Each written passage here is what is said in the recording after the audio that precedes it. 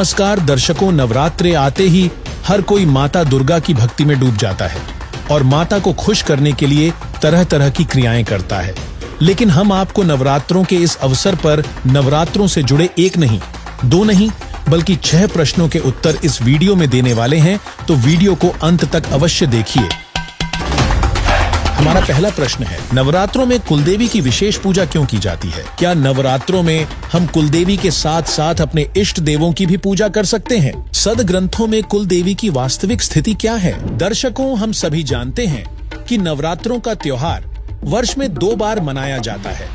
इस दौरान श्रद्धालु जन माता को खुश करने के लिए व्रत, उपवास, अन्य धार्मिक क्रियाओं सहित 9 देवियों को पूजते हैं और श्रद्धालुओं द्वारा धर्म गुरुओं के बताए अनुसार ऐसा माना जाता है कि इन क्रियाओं से माता प्रसन्न होती है, जिससे माता हमारे कष्टों का निवारण कर हमें सर्व सुख प्रदान करती है। लेकिन वास्तविकता क्या है, जानिए संत रामपाल जी महाराज द्वारा देवी भागवत में दिखाए गए प्रमाणों से। ये देखिएगा, श्रीमद देवी भागवत, सचित्र मोटा टाइप, संपादक हनुमान प्रसाद पोदार, चिमनलाल गोस्वामी, प्रकाशक व मुद्रक हैं गीता प्रेस, गोरखपुर, गोविंद भवन कार्यालय, कोलकाता का संस्थान। उस एकमात्र परमात्मा को ही जाने, दूसरी सब बातों को छोड़ दे। यहाँ दुर्गा जी ने अपनी साधना को भी रिजेक्ट कर दिया कि केवल उस एक ब्रह्म को ही जाने। यही अमृत रूप परमात्मा के पास पहुंचाने वाला पुल है। यहां देखो, इस आत्मा का ओम के जप के साथ ध्यान करो। इससे अज्ञान में अंधकार से सर्वथा परे और संसार समुद्र से उस पार जो ब्रह्म है उसको पा जाओगे, तुम्हारा कल्याण हो। ब्रह्म ओम ब्रह्म का जाप है और इसी ब्रह्म को ये कभी तो अक्षर ब्रह्म कह रही है, यहां भी अक्षर ब्रह्म कहा है। तो इसे सिद्ध है कि ये कितनी विद्वान है। और इसने कहा कि इस ब्रह्म की पूजा करो और सबकी पूजा छोड़ दो। और वो ब्रह्म कहाँ रहता है? उसका ओम नाम है। वह यह सबका आत्मा ब्रह्म ब्रह्मलोक रूप दिव्य आकाश में स्थित है। अभी आपने देवी भागवत से जाना कि देवी दुर्गा अपनी भक्ति के लिए मना कर रही है और हिमालय राजा को एक ब्रह्म की भक्ति करने के लिए कह रही है, जिसका मंत्र ओम बताया है, जिसके माध्यम से ब्रह्मलोक को पाया जा सकता है। तो वह ब्रह्म क्या कहता है? देखिए पवित्र गीता जी में प्रमाण। अपने आत्मा हमने इस अध्यात्म ज्ञान को निर्णायक तरीके से जानना है। अब दुर्गा जी ने फाइनल कर दिया कि ब्रह्म की पूजा करो और ओम नाम का जाप है इसका, और ब्रह्मलोक में चले जाओगे। अब श्रीमद् भगवद गीता अध्याय नंबर 8 के श्लोक नंबर 13 में ये गीता ज्ञानदाता ब्रह्म है जो श्री कृष्ण जी में बोल रहा है। ये सरपुरुष, ये काल है। ये कह रहा है कि ओम इति एकाक्षरम ब्रह्म व्यवहारण माम अनुसमरण ये प्रयाति तो जंदेहम सयाति परमाम गतिम। माम ब्रह्म, मुझ ब्रह्म का केवल एक यह ओम अक्षर है, नथिंग एल्स।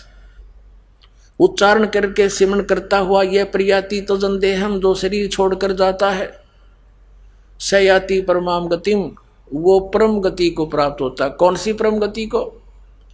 जो ब्रह्म से मिलने वाली है। और ब्रह्म से मिलने वाली परम गति क्या है? ब्रह्मलोक। ब्रह्मलोक में गए हुए प्राणी भी फिर जन्म मृत्यु में आते। ये देखिएगा श्रीमद् भगवद गीता, जयदयाल गोविंद का इसके अनुवादक है। गीता प्रेस गोरखपुर से ये छपी है। ये देखिए अध्याय नंबर 8 का और श्लोक नंबर 13। ये 12-13 इकट्ठा अनुवाद किया इन्होंने। इसका यहाँ देखेंगे, ओम इति एकाक्षरम ब्रह्म व्यवहारण माम अनुसमरण ये प्रयाति तजंदेहम स याति परमाम गतिम। इसका अर्थ सीधा सा बनता है, माम ब्रह्म, मुझ ब्रह्म का ओम इति एकाक्षरम, यह एक अक्षर है, नथिंग एल्स। और व्यवहारन अनुसमरण उच्चारण करके सिमरण करता हुआ यह प्रयाति तजंदेहम सयाति परमाम गति, जो शरीर छोड़कर जाता है वो परम गति को प्राप्त होता है। कौन सी परम गति को? ब्रह्म की प्राप्ति होगी। इन्होंने यहाँ से अनुवाद किया इसका, जो पुरुष ओम इस एक अक्षर रूप ब्रह्म को उच्चारण करता हुआ और उसके अर्थ स्वरूप मुझ निर्गुण ब्रह्म का चिंतन करता हुआ शरीर त्याग कर जाता हुआ पुरुष परम गति को प्राप्त होता है। अब यहां देखो 8वें अध्याय के 16वें श्लोक में, अब ओम जाप से ब्रह्म लोक प्राप्ति होगी। ओम नाम ब्रह्म का है। श्री देवी जी ने देवी पुराण में स्पष्ट कर दिया हिमालय को कि ओम नाम का जाप करो और ब्रह्म प्राप्ति का उद्देश्य रखो, तुम्हारा कल्याण हो। अब उसको पा जाओगे, वो कहाँ रहता? ब्रह्मलोक में। अब गीता क्या बताती? गीता जो है श्रीमद् भगवत गीता पवित्र चारों वेदों का निष्कर्ष है। और उसमें क्या लिखा है, वेद क्या बताते हैं, देखिएगा 8वां अध्याय का 16वां श्लोक। हे अर्जुन, ब्रह्मलोक पर्यंत सब लोग पुनरावृत्ति में है। अब पुनरावृत्ति को एक स्टार लगा रखा है उन्होंने, इसका यहां विश्लेषण किया है। इसमें क्या बताया है कि अर्थात जिनको प्राप्त होकर पीछे संसार में आना पड़े, ऐसे यानी सभी लोग पुनरावृत्ति में है। वहां गए हुए प्राणी भी जन्म मृत्यु में पुनः आते हैं, पूर्ण मोक्ष नहीं होता। यह इन्होंने अनुवाद गलत कर दिया, परंतु कुंती पुत्र मुझे प्राप्त होकर पुनर्जन्म नहीं होता, ये गलत क्या है अनुवाद। देखो, यदि इसका अर्थ ये माने जो इन्होंने किया है तो फिर ये अन्य कई मंत्र व्यर्थ हो जाते हैं। जैसे गीता अध्याय नंबर 4 के श्लोक नंबर 5 और 9 में गीता ज्ञानदाता कहता, अर्जुन तेरे और मेरे बहुत जन्म हो चुके हैं, तू नहीं जानता, मैं जानता हूं। दूसरे अध्याय के 12वें श्लोक में कहता, अर्जुन ये राजा लोग तू और मैं पहले भी जन्मे थे, आगे भी जन्मते रहेंगे। गीता अध्याय नंबर 10 के श्लोक नंबर 2 में कहा कि अर्जुन मेरी उत्पत्ति को ये ऋषि मैं ऋषि नहीं जानते हैं, क्योंकि इनका आदि कारण मैं हूं। अब जैसे ब्रह्म से ब्रह्मा विष्णु महेश की उत्पत्ति हुई दुर्गा के संयोग से, तो ब्रह्मा विष्णु महेश अपने जन्म के बारे में कैसे जान सकते हैं और अपने पिता के बारे में जानने का मतलब क्या? तो दादाजी बताया करता है। तो उस दादाजी ने यानी सबके रचने वाले कबीर परमेश्वर ने आकर के बताया है इस ब्रह्म की उत्पत्ति कैसे हुई, ब्रह्मा विष्णु महेश की उत्पत्ति कैसे हुई। आज से 600 वर्ष पहले परमात्मा ये ज्ञान बताकर लिखवा कर चले गए थे, जो आज सदग्रंथों में प्रमाण है। तो ये क्या सिद्ध हो गया कि ब्रह्मलोक में यानी ओम की साधना ब्रह्म को टारगेट बनाकर जाप करने वाले भी ब्रह्मलोक में गए, वहां से भी जन्म मृत्यु रही। इससे स्पष्ट है कि ब्रह्म साधना से भी मोक्ष नहीं हो सकता। अब सुनिए ब्रह्म काल ने 3 गुणों की भक्ति करने वालों के विषय में क्या कहा है। अब देखिएगा फिर श्रीमद् भगवद गीता जी के अध्याय नंबर 7 के श्लोक 12 से लेकर 15 तक पढ़ेंगे। आसानी से हमारे ये हृदय में समा होगा ये ज्ञान है। देखिए श्रीमद् भगवद गीता, गीता प्रेस गोरखपुर से प्रकाशित है। जयदयाल गोविंद का इसके अनुवादक है। अध्याय 7 और श्लोक नंबर 12 यहाँ से शुरू होता है। ये 12 है। और भी जो सतोगुण से उत्पन्न होने वाले भाव हैं और जो रजोगुण से, सतोगुण से सतीथि, रजोगुण से उत्पत्ति और तमोगुण से विनाश होने वाले भाव हैं, उन सबको मुझसे ही होने वाले हैं ऐसा जान। क्योंकि काल को श्राप लगा हुआ है 1 लाख मानव शरीरधारी जीवों के खाने का। अब ये क्या कहता, परंतु वास्तव में उनमें मैं और वे मुझ में नहीं हैं। अब 13वें श्लोक में क्या कहा है, गुणों के कार्य रूप सात्विक, राजस और तामस, इन तीनों प्रकार के भावों से ये सारा संसार प्राणी समुदाय मोहित हो रहा है। यानी तीनों गुणों में रजगुण ब्रह्मा, सतगुण विष्णु, तमगुण शिव जी के ऊपर ही आसक्त है। इन तीनों गुणों से परे रजगुण ब्रह्मा जी, सतगुण विष्णु जी, तमगुण शिव जी से परे मुझ अविनाशी को नहीं जानता। ये काल कह रहा है, ब्रह्म कह रहा है। अब 14-15 में कमाल कर दिया है। गीता जी अध्याय नंबर 7 और 14 श्लोक में क्या कहा है, क्योंकि यह अलौकिक अर्थात अति अद्भुत त्रिगुणमयी मेरी माया रजगुण ब्रह्मा, सतगुण विष्णु, तमगुण शिव जी के द्वारा फैलाया गया जाल, ये बड़ी दुस्तर है, ये बड़ी खतरनाक है। जो पुरुष मुझको ही निरंतर भजते हैं, केवल मुझको ही भजते हैं, वे इस माया को तरंती तर जाते हैं, यानी इनसे ऊपर उठ जाते हैं। फिर वो इनकी भक्ति नहीं करते। ब्रह्मा विष्णु महेश की गीता ज्ञानदाता ब्रह्म कह रहा है, काल कह रहा है, मेरी भक्ति करते हैं। अब यहाँ बताते हैं वो इनसे ऊपर उठ जाते हैं, जो मुझे भजते हैं, इनसे अच्छा लाभ मिलता है। अब 15वें में कमाल कर दिया गीता ज्ञानदाता ने। इस माया के द्वारा, यानी रजगुण ब्रह्मा, सतगुण विष्णु, तमगुण शिव जी तक जिनकी बुद्धि सेट होगी, इससे आगे कोई सुनने को तैयार नहीं है। इन्हीं से जो लाभ मिल रहा है उसी में ये आरूढ़ हैं। तो कहते हैं जिनका ज्ञान हरा जा चुका है, रजगुण ब्रह्मा विष्णु महेश तक की ही जो सीमित हैं, इन्हीं पर आसक्त हैं, जिनका ज्ञान इनके द्वारा हरा जा चुका है। रजगुण ब्रह्मा, सतगुण विष्णु, तमगुण शिव जी के जो पुजारी हैं, उनके विषय में कहा है, वो असुर स्वभाव को धारण किए हुए मनुष्यों में नीच और दूषित कर्म करने वाले मूर्ख मूढ़ लोग मुझको नहीं भजते।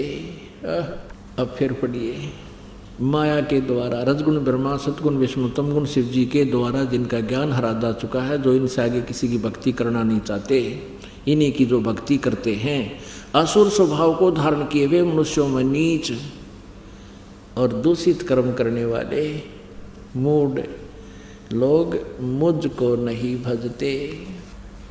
अपनात्मा इस पवित्र सदग्रंथ में कितना निर्णायक ज्ञान दिया है श्रीमद् भगवद गीता जी के अध्याय नंबर 7 के 12 से लेकर 15 श्लोक में। अब 15वें श्लोक में स्पष्ट कर दिया है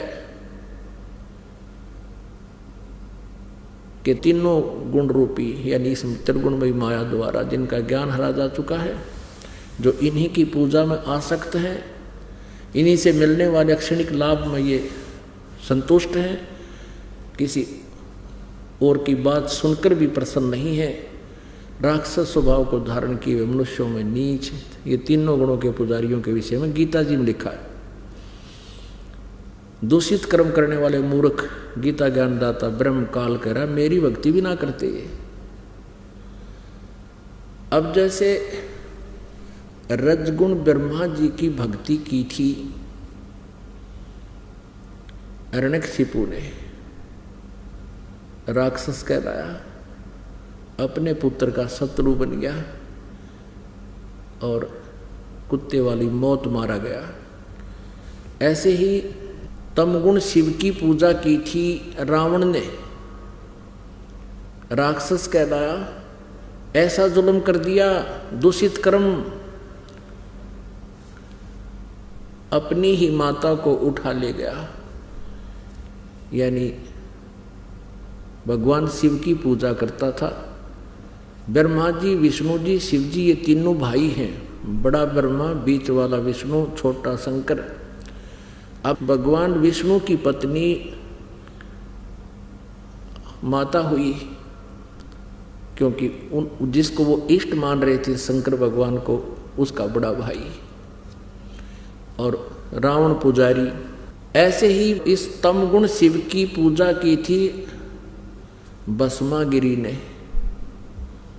भगवान शिव जी के महल के सामने, गेट के सामने, सिर आसन पर, ऊपर ने पैर, नीचे को सिर करके 12 वर्ष खड़ा रहा उल्टा। एक दिन पार्वती जी की प्रेरणा से, प्रार्थना से भगवान शिव ने उस भस्मागिरी से पूछ लिया कि तू क्या चाहता है, मांग, तूने जो मांगना है, मैं तेरे से प्रसन्न हो गया हूँ। अब भस्मागिरी ने कहा कि भगवान आप वचनबद्ध हो जाओ तब मांगू। भगवान शिव जी ने सोचा भाई तपस्वी आदमी है, के मांगेगा, एक सिद्धि मांग लेगा, दे दूंगा। भगवान शिव जी ने कहा ठीक है भाई, मांग ले, मैं वचनबद्ध हो गया।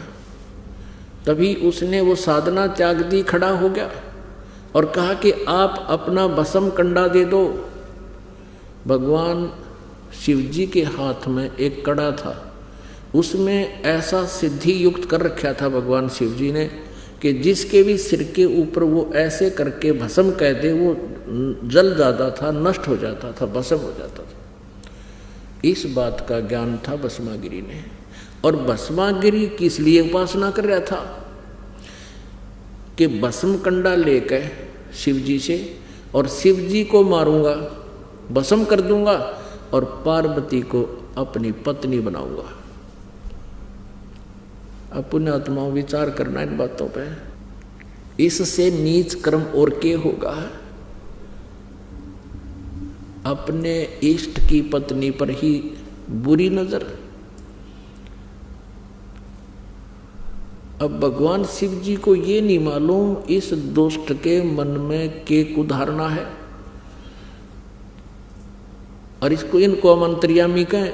ब्रह्मा विष्णु महेश को अमंत्रियामी कहा करते, इसे होया कर अंतर्यामी। और फिर इनको अविनाशी कहते थे। अब ज्यों ही भगवान शिव ने कड़ा उसको दे दिया और कहने लगा भस्मागिरी के होले शिव जी होशियार, तुझे मारूंगा, पार्वती को पत्नी बनाऊंगा। भगवान शिव जी डर के भाग लिए, भयभीत होकर अपनी जान रक्षा के लिए दौड़ दिए, स्पीड खींच दी। आगे आगे भगवान और पाछे पाछे पुजारी जाग खाट ठानते। अब ये जो अविनाशी होते, इन भागण की आवश्यकता थी? अभी तक इनके विषय में जो ज्ञान इन नकली गुरुओं ने दिया वो कति अज्ञान भर रखा हमारे अंदर। इनकी जीवनी में लिखा दास तो पढ़कर सुना रहा आपको। फिर भगवान ने पार्वती रूप बनाया, भस्मागिरी के सामने खड़े हो गए। भस्मागिरी से बोले कि रुक जाओ, अब शिव जी तो तेरे पास आएगा नहीं, उसको तो इतना भय है कि जब तक तेरे पास कड़ा है वो निकट नहीं आएगा। अब भस्मागिरी का तो उद्देश्य यही था कि पार्वती मिले मुझे। आगे आपको इस कथा का पता ही है कि भगवान ने फिर उसको गंडहत नाच नचा के और उसी कड़े से उसका हाथ ऊपर ले आकर के ऐसे नाच, इस हाथ को ऊपर कर, इसको नीचे कर। जब वो कड़े वाला हाथ उसके ही सिर पर पहुंच गया तब कह दिया भस्म। वो भस्मागिरी मर गया। उसके बाद वो भस्मा असुर कहलाया। भस्मागिरी से ये गिरी, पुरी, नाथ, नागा, सन्यासी ये सारे शिव जी के पुजारी हैं, तमगुण शिव के पुजारी हैं। तो भस्मागिरी से वो भस्मासुर कहलाया, कुत्ते वाली मौत मरा। तो इस प्रकार कहा है, इन तीनों गुणों के उपासक राक्षस स्वभाव को धारण किए हुए मनुष्यों में नीच दूषित कर्म करने वाले मूर्ख हैं। लेकिन मुख्य रूप से हिंदू धर्म के लोग श्रद्धालु श्री विष्णु जी और श्री शंकर जी को सुप्रीम मानकर पूजते रहे। और हमें यह बताया गया था इनके कोई माता पिता नहीं, केवल ब्रह्मा जी की मृत्यु बताते थे। आयु फिक्स थी कि 100 वर्ष की आयु होती है, फिर अपने आप पैदा हो जाता है। और ये तीनों देवता स्वयंभू हैं। ऐसी बकवाद सुना रखी थी हमारे। अब हमारे सदग्रंथ क्या बताते हैं, उनकी जीवनी क्या बताती है, उनकी इतिहास क्या बताता है, जिन सदग्रंथों को हम सत्य माना करते थे। देखिएगा, श्रीमद् देवी भागवत 3रा स्कंद,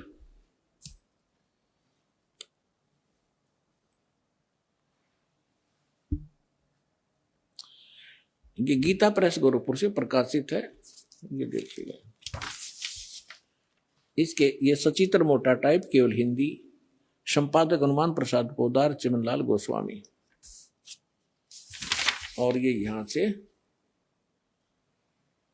प्रकाशित है, मुद्रित और प्रकाशित। ये गीता प्रेस गोरखपुर से है। गीता भवन कार्यालय कोलकाता का संस्थान, गीता प्रेस गोरखपुर। इसके 123 पृष्ठ पर ले चलते हैं आपको। बिल्कुल 2 मिनट में सारी कहानी समझ में आ जाएगी। 123 पृष्ठ पे ये 3रा स्कंद।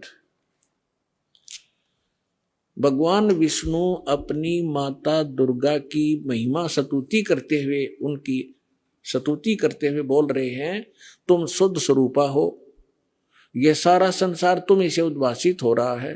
मैं ब्रह्मा और शंकर, हम सभी तुम्हारी कृपा से विद्यमान हैं। हमारा आविर्भाव माने जन्म, तिरोभाव माने मृत्यु। हमारा तो जन्म और मृत्यु हुआ करता है, केवल तुम ही नित्य हो, जगत जननी हो, प्रकृति और सनातनी देवी हो। ये प्रकृति शब्द याद रखना कि दुर्गा को प्रकृति भी कहते हैं। जिस समय दास आपको श्रीमद् भगवत गीता में यह सिद्ध करेगा कि ब्रह्मा विष्णु महेश की उत्पत्ति दुर्गा से हुई है और गीता में वर्णित है, उस समय प्रकृति शब्द आपका काम आओगा कि प्रकृति दुर्गा को कहते हैं। गीता के अंदर 2 प्रकृति बताई है, एक तो जड़ जैसे ये अग्नि वायु हवा आदि, और एक चेतन ये दुर्गा प्रकृति है। तो इसलिए कहते हैं तुम आप ही प्रकृति हो। और फिर भगवान शंकर क्या कहते हैं देखिएगा, भगवान शंकर बोले, देवी यदि महाभाग विष्णु तुम्ही से प्रकट हुए हैं, उनके बाद उत्पन्न होने वाले ब्रह्मा भी तुम्हारे बालक हुए, फिर मैं तमोगुणी लीला करने वाला, क्या मैं तमोगुणी लीला करने वाला शंकर क्या तुम्हारी संतान नहीं हुआ? अर्थात मुझे भी उत्पन्न करने वाली तुम ही हो शिवे, संपूर्ण संसार की सृष्टि करने में तुम बड़ी चतुर हो। इस संसार की सृष्टि, स्थिति और संहार में तुम्हारे गुण सदा समर्थ हैं। उन्हीं तीनों गुणों से उत्पन्न हम ब्रह्मा विष्णु एवं शंकर नियमानुसार कार्य में तत्पर रहते हैं। अपनात्माओं, इस पवित्र पुराण के चंद पंक्तियों ने 4-5 कंसेप्ट क्लियर कर दिए। नंबर 1, ब्रह्मा विष्णु महेश की जन्म मृत्यु होती है, ये अविनाशी नहीं है। दूसरा ये कर दिया कि दुर्गा प्रकृति को कहते हैं। तीसरा ये हो गया कि प्रकृति दुर्गा इनकी मां है। और चौथा ये हो गया कि रजगुण ब्रह्मा है, सतगुण विष्णु, तमगुण शिव जी। और 5वां ये हो गया कि ये भगवान केवल वर्क डन दे सकते हैं, जैसा जिसका कर्म है, इसमें ये कोई परिवर्तन नहीं कर सकते। ये इसे दर्शकों, उपरोक्त प्रमाणों से आपने जाना कि नवरात्रों में जिन कुलदेवी की भक्ति की जाती है, वह स्वयं अपनी भक्ति के लिए मना कर रही हैं, और वहीं अपने इष्ट देवों की स्थिति से भी आप परिचित हुए कि गीता में रजगुण ब्रह्म, सतगुण विष्णु और तमगुण शिव की भक्ति करने वालों को राक्षस स्वभाव के धारण किए हुए, मनुष्यों में नीच, दूषित कर्म करने वाले मूर्ख कहा गया है, और गीता ज्ञानदाता ब्रह्म भी नाशवान है। इसलिए उसने गीता अध्याय 7 श्लोक 18 में अपनी गति को भी अनुत्तम यानी घटिया कहा है, और परम शांति और सनातन परम धाम की प्राप्ति के लिए अपने से अन्य परमेश्वर की शरण में जाने को कहा है। चलिए अब हम अपने दूसरे प्रश्न की ओर बढ़ते हैं। नवरात्रों में, विशेषकर चैत्र नवरात्रों में कुल देवी माँ की पूजा, सेवा, आराधना हमें क्या क्या फल दे सकती है? भगवती माँ कौन सी पूजा करने से, कौन सा मंत्र जाप करने से, क्या कर्म करने से प्रसन्न होती है? अब देखिएगा, ये 7वां स्कंद 562 पृष्ठ पे, और ये संक्षिप्त देवी भागवत। देवी के द्वारा हिमालय को ज्ञानो उपदेश और ब्रह्म स्वरूप का वर्णन। श्री देवी जी कहने लगी, पर्वतराज अब हम यहां से लेंगे, उस ब्रह्म का क्या स्वरूप है यह बतलाया जाता है, जो प्रकाश रूप, सबके अत्यंत समीप में स्थित, हृदय रूप गुहा में स्थित होने के कारण गुहाचर नाम से प्रसिद्ध है, महान पद अर्थात परम प्राप्य है। वह समस्त प्रजा के ज्ञान से परे है, किसी की बुद्धि में आने वाला नहीं है, यह तुम जानो। जो परम प्रकाश रूप है, जो सूक्ष्म से भी अत्यंत सूक्ष्म है, जिसमें संपूर्ण लोक और उन लोकों में निवास करने वाले प्राणी स्थित हैं, वही यह अक्षर ब्रह्म है। अब देखो दुर्गा को कितना ज्ञान है। ब्रह्म को अक्षर पुरुष बोल रही है, अक्षर पुरुष, पुरुष को चाहे ब्रह्म को, अक्षर ब्रह्म, और वही सबके प्राण है, वही सबकी वाणी है और वही सबके मन है। वह परम सत्य और अमृत अविनाशी तत्व है। सौम्य, उस वेद ने योग लक्ष्य का तुम वेदन करो, मन लगाकर उसमें तन में हो जाओ। सौम्य, उपनिषद में कथित महान अस्त्र रूप धनुष लेकर उस पर उपासना द्वारा तीक्ष्ण किया हुआ बाण संधान करो और फिर भावानुगत चित्त के द्वारा उस बाण को खींचकर उस अक्षर रूप ब्रह्म को ही लक्ष्य बनाकर वेधन करो। अक्षर रूप ब्रह्म को ही। और मंत्र बता रही है फिर, ओम धनुष है प्रणव, ओम धनुष है, जीवात्मा बाण है, ब्रह्म को उसका लक्ष्य कहा जाता है। यानी जीवात्मा, जीव जो है ओम का जाप करे, ब्रह्म प्राप्ति उद्देश्य हो। उस एकमात्र परमात्मा को ही जाने, दूसरी सब बातों को छोड़ दे। यानी कोई साधना नहीं करनी, मेरी भी नहीं करनी, सब छोड़ दे। इससे ये सिद्ध है, उस एकमात्र परमात्मा को ही जाने, दूसरी सब बातों को छोड़ दे। यही अमृत रूप परमात्मा के पास पहुंचाने वाला पुल है। संसार समुद्र से पार होकर अमृत स्वरूप परमात्मा को प्राप्त कराने का यही सुलभ साधन है। इस परमात्मा का ये देखो, उस हृदय में विविध रूप में प्रकट होने वाला परब्रह्म संचरण करता है, अंतर्यामी रूप से वर्तमान है। यहाँ परब्रह्म कह रहे हैं, किता अक्षर ब्रह्म कह रहे हैं, फिर ब्रह्म की साधना बता रही है। ये देखो, ओम ओम ओम का नाम जप है और ब्रह्म उद्देश्य हो। अब है किसी को ज्ञान दुर्गा के, कभी अक्षर ब्रह्म कह रही है, कभी उसको ब्रह्म कह रही है, कभी फिर परब्रह्म लिख रही है। और यहाँ परब्रह्म बता रही है कि सबके हृदय में परब्रह्म बैठा है। इस आत्मा का ओम के जप के साथ ध्यान करो। इससे अज्ञान में अंधकार से सर्वथा परे संसार समुद्र से पार जो ब्रह्म है उसको पा जाओगे। यहाँ परब्रह्म, यहाँ अक्षर ब्रह्म और यहाँ फिर ब्रह्म को पा जाओगे। ओम नाम जपो, पुण्यात्मा अपने आप पता लग जाएगा अपने कौन कितने पानी में। और क्या बताया फिर ये 563 पृष्ठ पे, वह सबका आत्मा ब्रह्म, ब्रह्म लोक रूप दिव्य आकाश में स्थित है। कहते वो ब्रह्म लोक में रहता है। इससे स्पष्ट है कि माता दुर्गा यानी कुलदेवी भी अपनी पूजा के लिए मना कर रही हैं और भक्त समाज माता के आदेश की अवहेलना कर उन्हीं की पूजा कर रहा है। इससे आप विचार करिए कि माता की आज्ञा की अवहेलना करने से क्या माता खुश हो सकती है, जिसका जवाब है नहीं। तो अब जानिए माता दुर्गा को प्रसन्न करने का वास्तविक मंत्र कौन सा है। आपने प्रथम मंत्र ले रखा है। प्रथम मंत्र ये इतना गजब का मंत्र है, इतना कीमती है, इसके थोड़ा सा सुमन में आपको गुणापन होगा। इन देवताओं का ये विशेष मंत्र है। जैसे हम वैसे राम कृष्ण करते रहे, विष्णु विष्णु करते रहे, ये नहीं सुनेंगे। हम गणेश गणेश जय गणेश दिवा करते रहे, ये नहीं सुनेंगे। जैसे जोटे को जोटा जोटा करते रहो, भैंसा भैंसा करते रहो, नहीं सुनता। उसका एक मूल मंत्र है, उसको कर दो हर, वो तभी यूं देखेगा और ऐसे चकोना होगा। दूसरी बार कर दिया तो उधर दौड़ने की चेष्टा करेगा। इसी प्रकार जो ये मंत्र परमात्मा ने हमें बताए हैं, इन देवताओं के विशेष मंत्र हैं, इनको खींच लेते, ये विवश है इनका। तो इन मंत्रों का थोड़ा ही जाप करने से आपको बहुत लाभ होना शुरू हो जाता है। हम जब मृत्यु के बाद कहाँ जाते हैं, जैसे प्रथम मंत्र में आपको जैसे सावित्री ब्रह्मा का मंत्र दिया गया है, लक्ष्मी और विष्णु जी का भी मंत्र है, शिव पार्वती का मंत्र है, गणपति का मंत्र है। दुर्गा का भी आपको मंत्र जाप दिया है। अब जितने मंत्रों की आप कमाई करते हो आपकी डिपॉजिट होगी।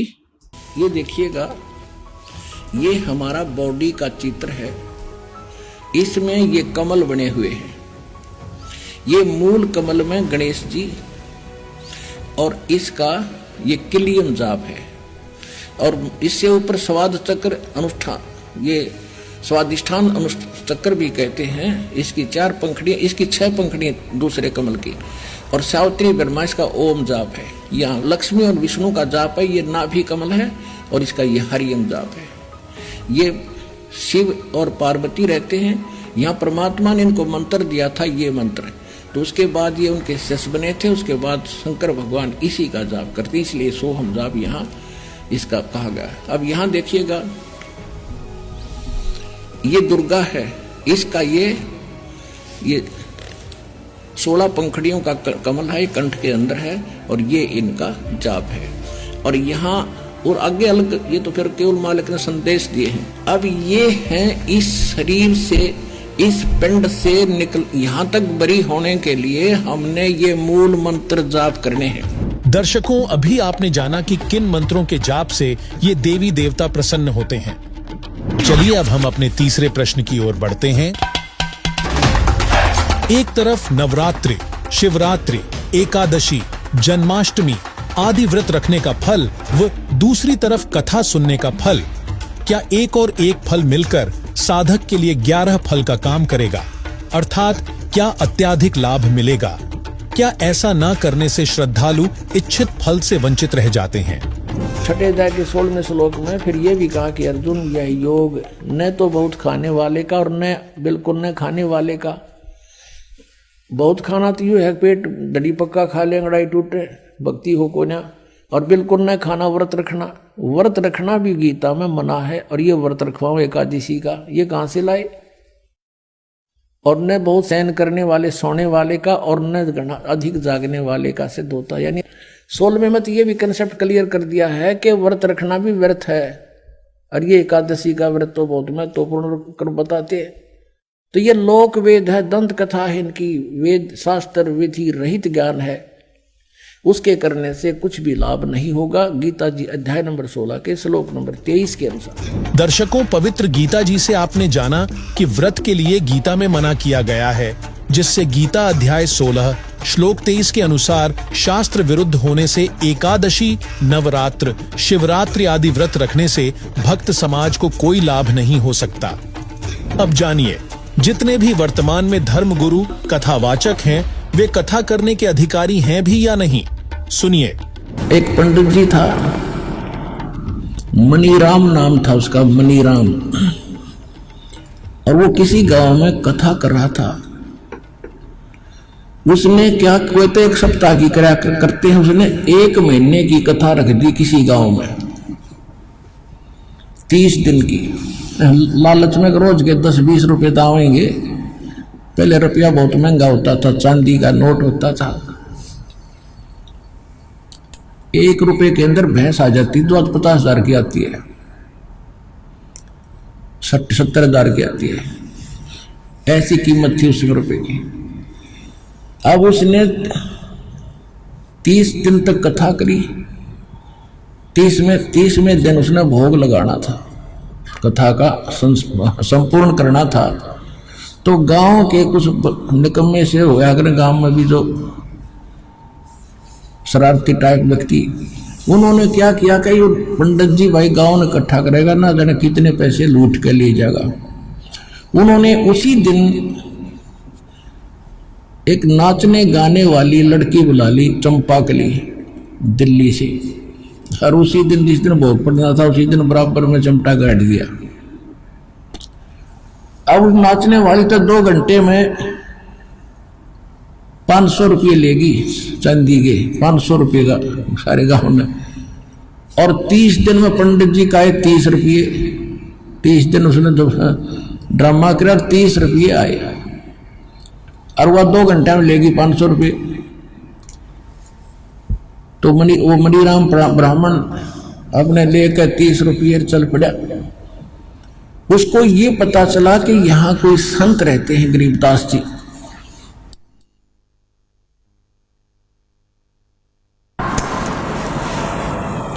वो गरीबदास जी के पास गए, रुक के बैठ के, गरीबदास जी भी बैठे थे वहां। कुछ चेले कुछ चेले थे गुरु जी के, गरीबदास जी के, वो भी बैठे थे। ब्राह्मण को आसन दिया कि ब्राह्मण आगे हैं भी आसन दो, अलग से आसन दे दिया, सूचा बैठा दिया। और सुनाओ ब्राह्मण, गरीबदास जी ने पूछा, सुनाओ विप्र जी, कुशल हो? मणिराम जी कहता, महाराज क्या कुशल है? कहते, कति जनता का तो नाश जा लिया, कर्म धर्म का ज्ञान रहा ना, बिजली गिरी पड़ी है, नाश हो लिया। अदनूना बताओ बीमारी की है, कहानी क्या है? तो वो चेले पूछने लगे गरीबदास जी से, महाराज जी पंडित जी बहुत दुखी हो रहे हैं, बड़े अक्षुब्ध हैं, इनको क्या तकलीफ है? गरीबदास जी कहते हैं कि फूटी ज्ञान विवेक की और अंधा है जगदीश, चंपाकली को 500 और मणिराम को 30। ये रोड़ा है इनका।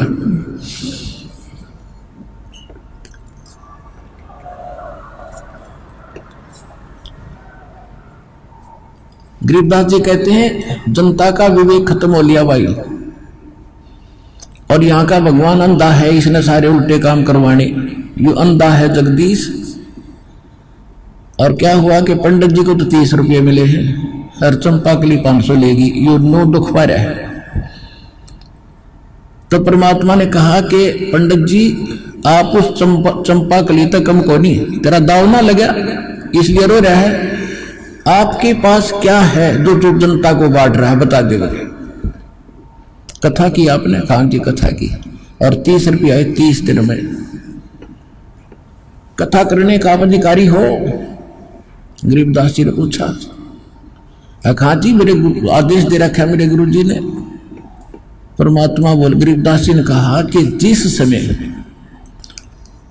राजा परीक्षित को सर्प ने डसना था ऋषि के शराप से, उस समय ये सारे ब्राह्मण तुम्हारे जो हेड थे मुखिया, इंक्लूडिंग वेद व्यास जिसने ये पुराण लिखी, सुधा सागर, सुख सागर कहते हो तुम जिसको, इसकी कथा सुनानी थी उसको 7 दिन।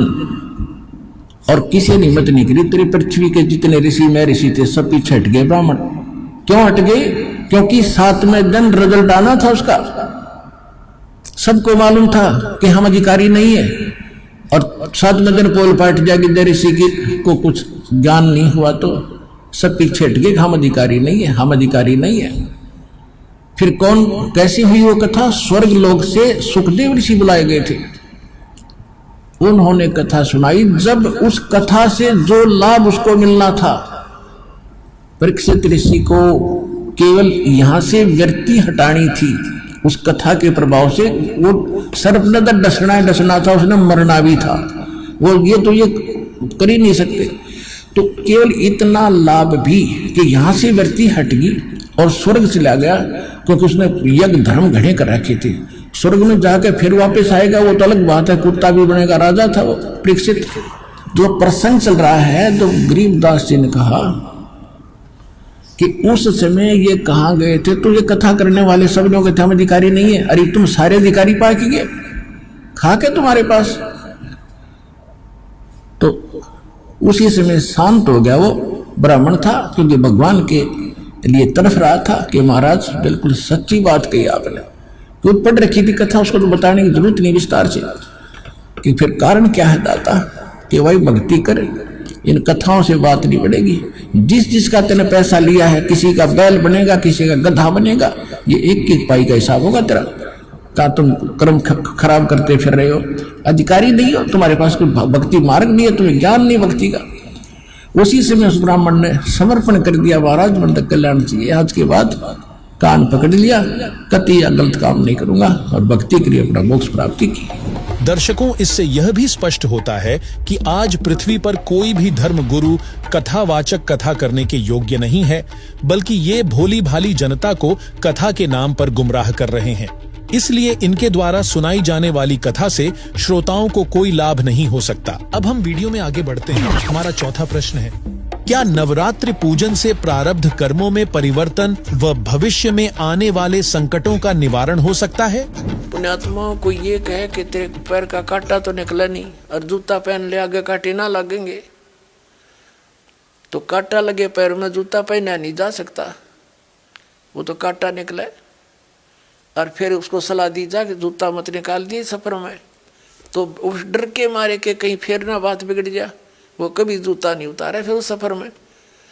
तो पुण्यात्माओं, जिनको कर्म के कांटे चुभे हुए हैं और उनको कोई सलाह दे कि ये कर ले वो कर ले, कुछ देर तो करते हैं वो, फिर जब उनको ये सलाह मिलती है अंत में ये मिल जाता है कि कर्म तो भोगने ही पड़ेंगे, प्रारब्ध के हैं, और भक्ति कर ले, खाक भक्ति करेगा वो, कर ली भक्ति उसने तो फिर वो उस कांटे पर ध्यान रहेगा, पहन सकता जूता उसको। तो कहने का भाव ये है कि हमारे सदग्रंथ जो हमें बताना चाहते वो हमारे धर्मगुरु परिचित नहीं थे, परमात्मा के गुण क्या बताते हैं ये ढंडोरा किस चीज़ का पीट रहे थे, ये सारा मिसगाइड किए बैठे थे अपने को। ऐसे आज तक जितने भी महापुरुष आप देखो सबकी यही दशा है, इन कख नहीं पता था।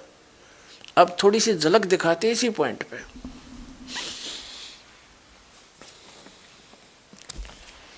ये देखिएगा, ये देवी पुराण है।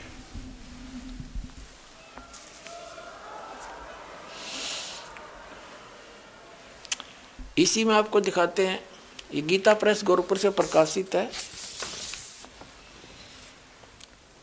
हनुमान प्रसाद पोदार चिमनलाल गोस्वामी इसके संपादक हैं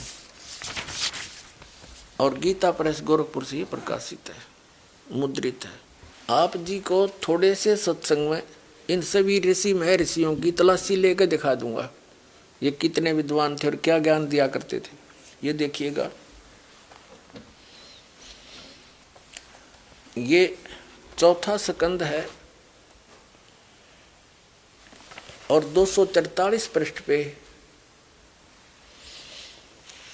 व्यास जी कहते हैं कि प्रहलाद की बात सुनने के पश्चात शुक्राचार्य ज्ञान दृष्टि से सब कुछ देखकर प्रसन्न हो गए, उनका मुख मुस्कान से भर गया। उन्होंने दैत्यों से कहा, दानवों, तुम मेरे यजमान हो, भक्त हो, तुम्हें न तो डरना चाहिए और न पाताल में ही जाना चाहिए। अपने सत मंत्रों के प्रभाव से मैं तुम्हारी रक्षा कर लूँगा।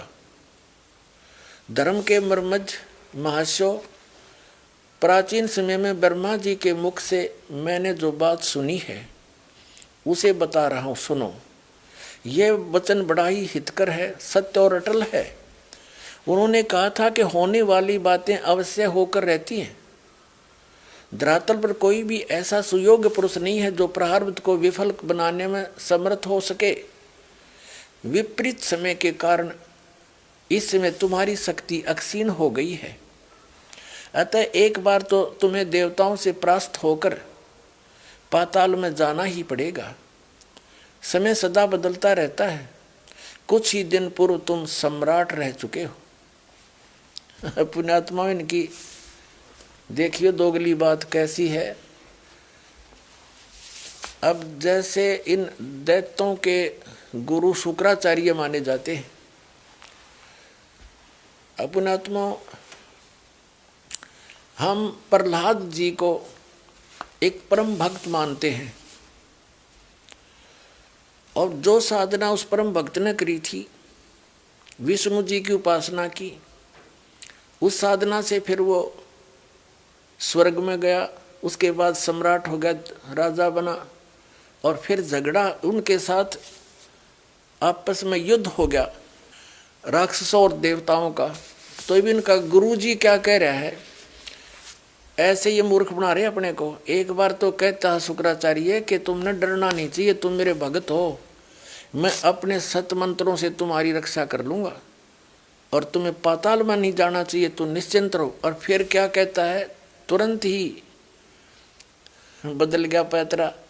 कहता एक बात तो अटल है, मैंने ब्रह्मा जी से सुनी थी, इनके ज्ञान का जितने भी ये ऋषि महर्षि हुए हैं, जितने ये सभी श्री ब्रह्मा जी के द्वारा बताए ज्ञान को फाइनल मानते हैं। ब्रह्मा जी ना आप नहीं पता मैं कहाँ से उत्पन्न हुआ, तो ये क्या बताता है कि मैंने ब्रह्मा जी के मुख से सुनी है, और ब्रह्मा जी को ये वेदों का सबसे बड़ा ज्ञाता मानते हैं। क्या कह रहा है कि मैंने ब्रह्मा जी से मुख से एक बात सुनी थी कि जो होनहार वो होकर रहेगी, और प्रारब्ध के कर्म टल नहीं सकते, वो तो भोगने पड़ेंगे। एक बार फिर तुमने देवताओं से हार के पाताल में तो जाना ही पड़ेगा। फिर तेरे वो सतमंत्र का बाढ़ में गए मूर्ख बनाओ ये, फिर पढ़ो एक बार। अब ये चौथा स्कंद पढ़ रहे हैं हम श्री देवी पुराण का। व्यास जी बता रहे हैं, लेखक जो पुराणों के लेखक हैं, प्रहलाद की बात सुनने के पश्चात शुक्राचार्य ज्ञान दृष्टि से सब कुछ देखकर प्रसन्न हो गए। उनका मुख मुस्कान से भर गया। उन्होंने दैत्यों से कहा, दानों तुम मेरे यजमान हो, तुम्हें न तो डरना चाहिए और न पाताल में जाना चाहिए। मैं अपने सतमंत्रों से प्रभाव से तुम्हारी रक्षा कर लूँगा। और फिर आगे तुरंत क्या कहे है कि धर्म के मर्मज महाशव, प्राचीन समय में ब्रह्मा जी के मुख से मैंने जो बात सुनी है सो बता रहा हूँ, सुनो। यह वचन बड़ा ही सत्य, हितकर, सत्य और अटल है। उन्होंने कहा था होने वाली बातें अवश्य होकर रहती हैं। धरातल पर कोई भी ऐसा सुयोग्य पुरुष नहीं है जो प्रारब्ध को विफल बनाने में समर्थ हो सके। विपरीत समय के कारण इस समय तुम्हारी शक्ति क्षीण हो गई है, अतः एक बार तुम्हें देवताओं से परास्त होकर पाताल में जाना ही पड़ेगा। फिर वो तेरे सतमंत्र कित गए, ये न्यो मूर्ख बना रहे, देख तुरंत झूठ बोल रहा है। एक बार तो छाती कूट रहा है, मैं अपने सतमंत्रों से ठीक तुम्हारी रक्षा कर दूंगा, तुमने नहीं जान दूंगा। अब इन्हें जाना ही पड़ेगा वो तो। अब देवताओं के गुरु बृहस्पति की आपको वार्ता सुनाते हैं, इनका ज्ञान दिखाते हैं। 5वां स्कंद वही देवी भागवत 282 पृष्ठ पे हम पढ़ेंगे। यहाँ से व्यास जी कहते हैं, देवराज इंद्र की बात सुनकर बृहस्पति जी उनसे कहने लगे। इंद्र को सलाह दे रहे हैं कौन? देवताओं के गुरु बृहस्पति जी। अब यहाँ आ जाते हैं, हम अपने मतलब की बात पढ़ेंगे 283 पृष्ठ पे।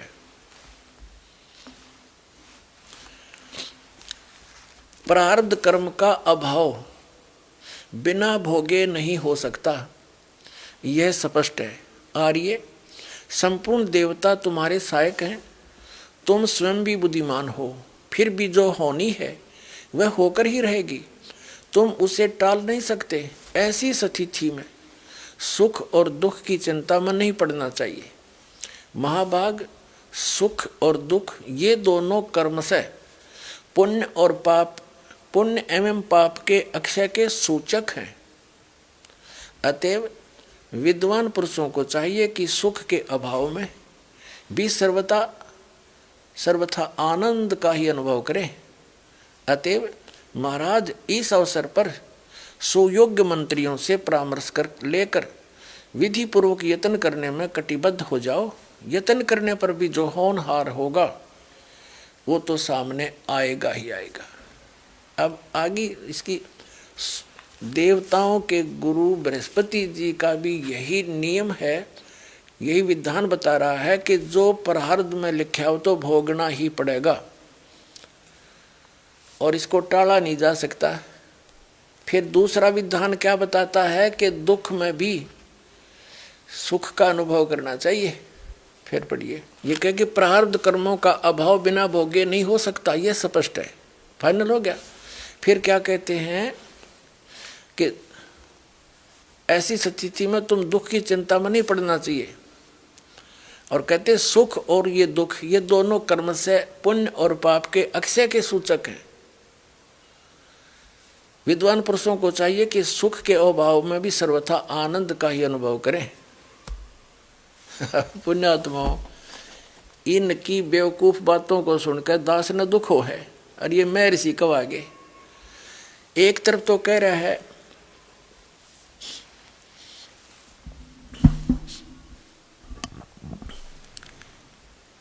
कि प्रारब्ध के कर्म तो भोगने पड़ेंगे, फिर कह रहा है कि सुख के अभाव में भी सुख के अभाव में भी आनंद ये महसूस करना चाहिए। बता कर इनकी, अब किसी के पेट में दर्द हो जा हैं और मारा चिल्लावा बेचारा पड़ा पड़ा, और उसको इन्हों कहना तू अब दुख में भी सुख का अनुभव कर, जब वह पीड़ा मिटे गोली दवाई खाने से तो तब वो सुखानुभव कहने तो सुखानुभव हो जाएगा। तो इनके ऐसे विधान हैं। अब देवताओं के गुरु और राक्षसों के गुरु दोनों का विधान बता दिया, फाइनल हो गया। दर्शकों, अपने राक्षसों के गुरु शुक्राचार्य और देवताओं के गुरु बृहस्पति जी के विचार जाने, जिनके अनुसार प्रारब्ध तो भोगना ही पड़ता है, उसमें कोई परिवर्तन नहीं कर सकता। अब जानते हैं क्या ब्रह्मा विष्णु महेश प्रारब्ध कर्मों में परिवर्तन कर सकते हैं या नहीं।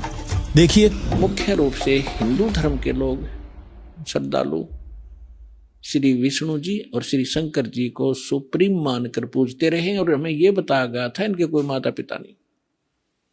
केवल ब्रह्मा जी की मृत्यु बताते थे, आयु फिक्स थी कि 100 वर्ष की आयु होती है, फिर अपने आप पैदा हो जाता है। और ये तीनों देवता स्वयंभू हैं। ऐसी बकवाद सुना रखी थी हमारे। अब हमारे सदग्रंथ क्या बताते हैं, उनकी जीवनी क्या बताती है, उनकी इतिहास क्या बताता है, जिन सदग्रंथों को हम सत्य माना करते थे। देखिएगा, श्रीमद् देवी भागवत 3रा स्कंद,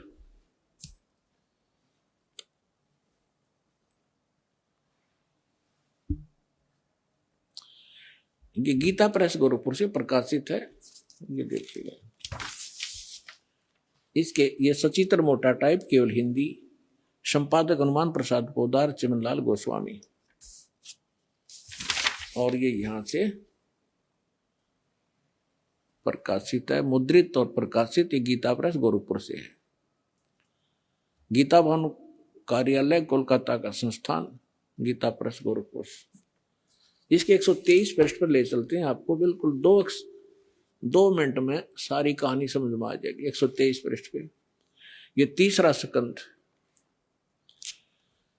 भगवान विष्णु अपनी माता दुर्गा की महिमा स्तुति करते हुए, उनकी स्तुति करते हुए बोल रहे हैं, तुम शुद्ध स्वरूपा हो, यह सारा संसार तुम से उद्भासित हो रहा है। मैं ब्रह्मा और शंकर, हम सभी तुम्हारी कृपा से विद्यमान हैं। हमारा आविर्भाव माने जन्म, तिरोभाव माने मृत्यु। हमारा तो जन्म और मृत्यु हुआ करता है, केवल तुम ही नित्य हो, जगत जननी हो, प्रकृति और सनातनी देवी हो। ये प्रकृति शब्द याद रखना कि दुर्गा को प्रकृति भी कहते हैं। जिस समय दास आपको श्रीमद् भगवत गीता में यह सिद्ध करेगा कि ब्रह्मा विष्णु महेश की उत्पत्ति दुर्गा से हुई है और गीता में वर्णित है, उस समय प्रकृति शब्द आपका काम आओगा कि प्रकृति दुर्गा को कहते हैं। गीता के अंदर 2 प्रकृति बताई है, एक तो जड़ जैसे ये अग्नि वायु हवा आदि, और एक चेतन ये दुर्गा प्रकृति है। तो इसलिए कहते हैं तुम आप ही प्रकृति हो। और फिर भगवान शंकर क्या कहते हैं, देखिएगा। भगवान शंकर बोले, देवी यदि महाभाग विष्णु तुम्ही से प्रकट हुए हैं, उनके बाद उत्पन्न होने वाले ब्रह्मा भी तुम्हारे बालक हुए, फिर मैं तमोगुणी लीला करने वाला, क्या मैं तमोगुणी लीला करने वाला शंकर क्या तुम्हारी संतान नहीं हुआ? अर्थात मुझे भी उत्पन्न करने वाली तुम ही हो शिवे। संपूर्ण संसार की सृष्टि करने में तुम बड़ी चतुर हो। इस संसार की सृष्टि स्थिति और संहार में तुम्हारे गुण सदा समर्थ हैं। उन्हीं तीनों गुणों से उत्पन्न हम ब्रह्मा विष्णु एवं शंकर नियमानुसार कार्य में तत्पर रहते हैं। अपनात्माओं, इस पवित्र पुराण के चंद पंक्तियों ने 4-5 कंसेप्ट क्लियर कर दिए। नंबर 1, ब्रह्मा विष्णु महेश की जन्म मृत्यु होती है, ये अविनाशी नहीं। दूसरा ये कर दिया कि दुर्गा प्रकृति को कहते हैं। तीसरा ये हो गया कि प्रकृति दुर्गा इनकी मां है। और चौथा ये हो गया कि रजगुण ब्रह्मा है, सतगुण विष्णु, तमगुण शिव जी। और पांचवा ये हो गया कि ये भगवान केवल वर्क डन दे सकते हैं, जैसा जिसका कर्म है इसमें ये कोई परिवर्तन नहीं कर सकते। ये इससे सिद्ध हो गया। दर्शकों, देवी भागवत के उपरोक्त प्रमाणों से यह सिद्ध होता है कि तीनों देवता ब्रह्मा, विष्णु, महेश भी प्रारब्ध में परिवर्तन नहीं कर सकते। चलिए अब हम अपने अगले प्रश्न की ओर बढ़ते हैं। जानिए कुलदेवी, वह हमारे इष्ट देवों की भक्ति शास्त्र सम्मत है या नहीं? अब दुर्गा क्या कह रही है वो सुनो, पढ़िए स्वयं अपनी आंखों से। देवी द्वारा हिमालय को ज्ञान उपदेश, या खुद देवी कह रही है। श्री देवी जी कहने लगी, पर्वतराज, इस प्रकार योग युक्त होकर मुझ ब्रह्म स्वरूप देवी का ध्यान करे। यह ध्यान आसन पर भली भांति बैठकर अहतुकी भक्ति के साथ करना चाहिए। आगे देखो, उस ब्रह्म का क्या स्वरूप है। अब देखो, ये सभी उवाबाई का ज्ञान देते हैं, जीव को भ्रमित करते हैं। दुर्गा पहले तो कह रही है कि मेरा ध्यान करो, अब कहती है उस परमात्मा के बारे में बताती हूं जो सर्वशक्तिमान है, सबका पालक है, वही पूजा के योग्य है। ये देखो, उस ब्रह्म का क्या स्वरूप है यह बतलाया जाता है, जो प्रकाश स्वरूप सबके अत्यंत समीप में स्थित हृदय रूप गुहा में स्थित होने के कारण गुहाचर नाम से प्रसिद्ध और महान पद अर्थात परम प्राप्य है। वह समस्त प्रजा के ज्ञान से परे है। अब देखो क्या कह रही है दुर्गा कि वो परमात्मा तो सबके ज्ञान से पार है, अर्थात उसके विषय में कोई नहीं जानता। अब देखो आगे क्या बताते हैं, अर्थात किसी की बुद्धि में आने वाला नहीं है, यह तुम जानो। जो परम प्रकाश रूप है, जो सूक्ष्म से अत्यंत सूक्ष्म है, जिसमें संपूर्ण लोक और उन लोकों में निवास करने वाले प्राणी स्थित हैं, वह अक्षर ब्रह्म है, अविनाशी ब्रह्म है, और वही सबके प्राण है, वही सबकी वाणी है, और वही सबके मन है।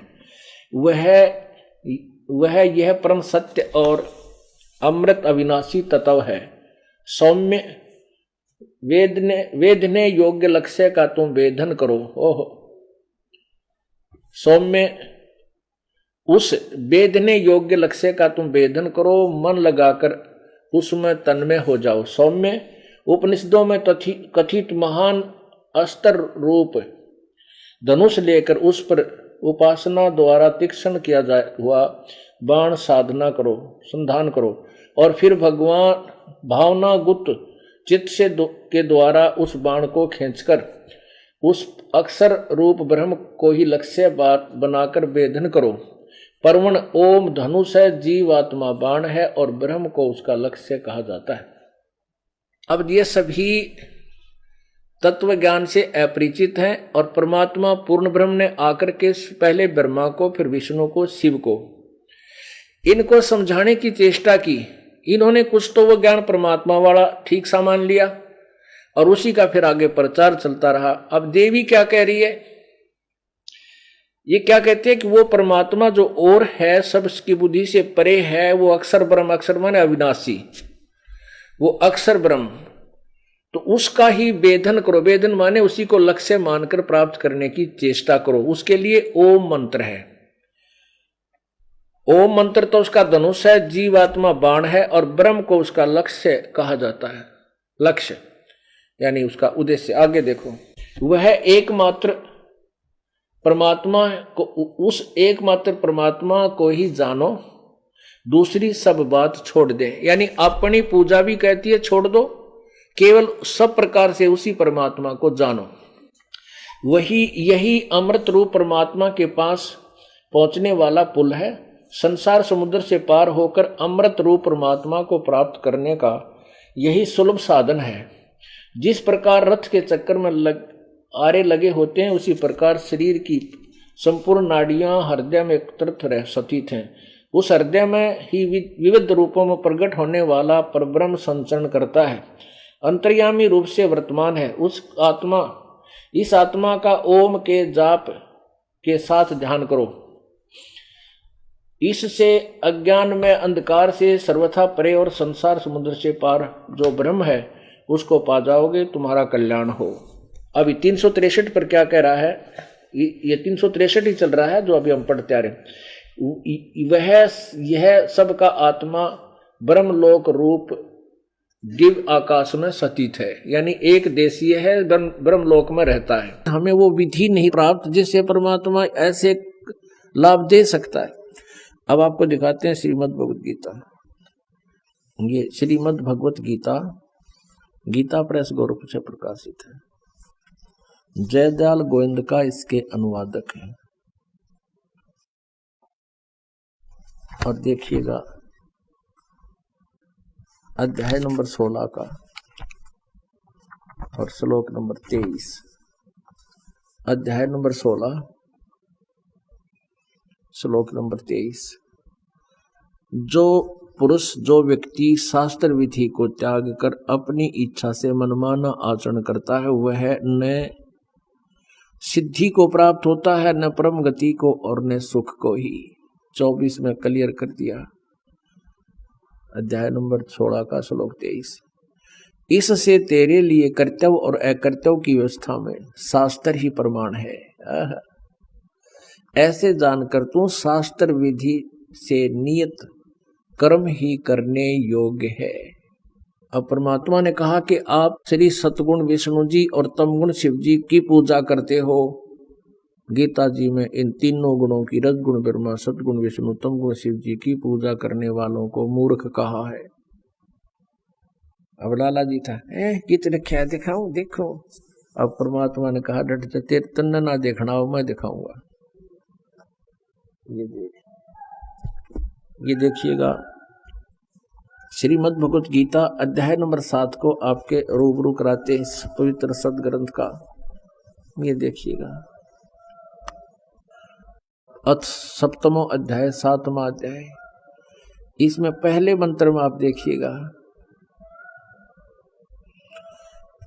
हे पार्थ, अनन्य प्रेम से मुझ में आसक्त चित्त तथा अनन्य भाव से मेरे प्राण होकर योग में लगा हुआ तू जिस प्रकार से संपूर्ण विभूति एवं बल समग्र यानी पूर्ण रूप से मुझको संशय रहित जानेगा, उसको सुने। जो कहता है बताऊंगा, ऐसा ज्ञान दे दूंगा तने, फिर और ज्ञान की आवश्यकता नहीं। 7वें का दूसरे में, मैं तेरे लिए इस विज्ञान सही तत्व ज्ञान को संपूर्णतः कहूंगा, जिसको, ये तत्व ज्ञान नहीं, ज्ञान को, इस ज्ञान को संपूर्णतः कहूंगा, जिसको जानकर संसार में फिर कुछ भी जानने योग्य शेष नहीं रह जाता।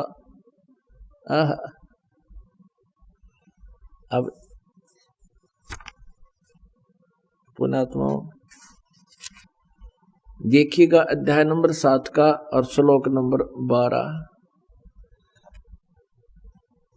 और भी जो सतगुण से उत्पन्न होने वाले भाव हैं, जो रजगुण से, सतगुण विष्णु जी, रजगुण ब्रह्मा जी से और तमगुण शिव जी से उत्पन्न होने वाले भाव है, उन सबको तो मुझसे ही होने वाले हैं ऐसा जान, परंतु वास्तव में उनमें मैं और वे मुझ में नहीं। अब ये क्लियर करना पड़ेगा, रजगुण ब्रह्मा जी है और सतगुण विष्णु जी और तमगुण शिव जी। ये देखिएगा शिव पुराण गीता प्रेस गोरखपुर से प्रकाशित है। ये देखिएगा शिव पुराण गीता प्रेस गोरखपुर से प्रकाशित है। संपादक हनुमान प्रसाद पोदार, चमनलाल गोस्वामी। गीता प्रेस गोरखपुर से मुद्रित है और प्रकाशित है। इसके अध्याय नंबर 9 के अंदर 110 पृष्ठ पर आपको दिखाते हैं। रुद्र संहिता शिव पुराण पृष्ठ 110 पे 9वें अध्याय के लास्ट में सारा वर्णन करके यहाँ क्लियर कर दिया कि इस प्रकार ब्रह्मा, विष्णु और रुद्र इन 3 देवताओं में गुण है, परंतु शिव गुणातीत माने गए हैं। रजगुण ब्रह्मा है, सतगुण विष्णु, तमगुण शिव जी, ये तीनों देवताओं में गुण है और ये काल गीता ज्ञानदाता इनसे न्यारा है। अब देखिएगा, अब आप जी ने ये श्री शिव पुराण में देखा, थोड़े थोड़े हिंट दे रहा है ये दास, जो आपको बहुत आसानी से समझ में आ जाएंगे। अब देखिएगा श्रीमद् देवी भागवत, जिसमें संस्कृत भी साथ है। श्रीमद् देवी भागवत हिंदी टीका सहित भाग 1।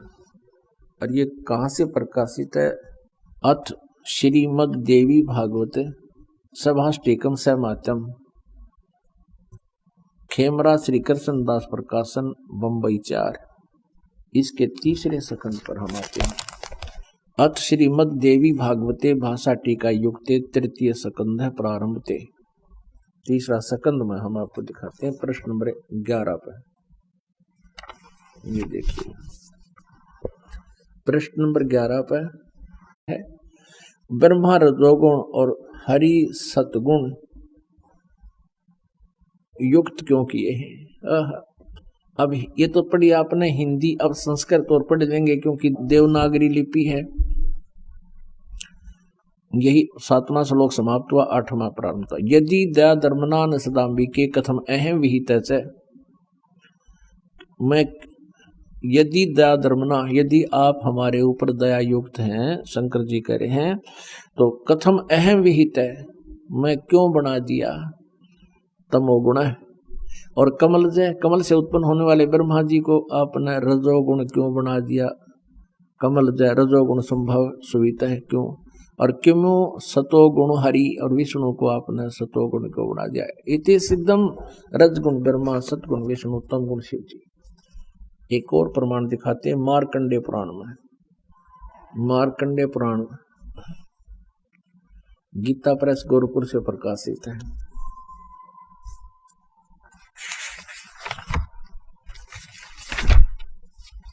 गीता प्रेस गोरखपुर से प्रकाशित है। इनका अनुवादक कोई नहीं है, ये प्रकाशक है। देखिए इसके 123 पृष्ठ पे संक्षिप्त मार्कंडे पुराण 122, ये 123 पृष्ठ पे यहाँ लिखा है, रजोगुण प्रधान ब्रह्मा, तमोगुण प्रधान रुद्र और सत्व प्रधान विश्वपालक विष्णु है। ये ही 3 देवता हैं और यही 3 गुण हैं। कति क्लियर कर दिया, यही 3 देवता हैं और यही 3 गुण हैं। पुण्यात्माओं, अब आसानी से समझ आ जाएगी कि ये पवित्र सदग्रंथ यानी श्रीमद् भगवत गीता।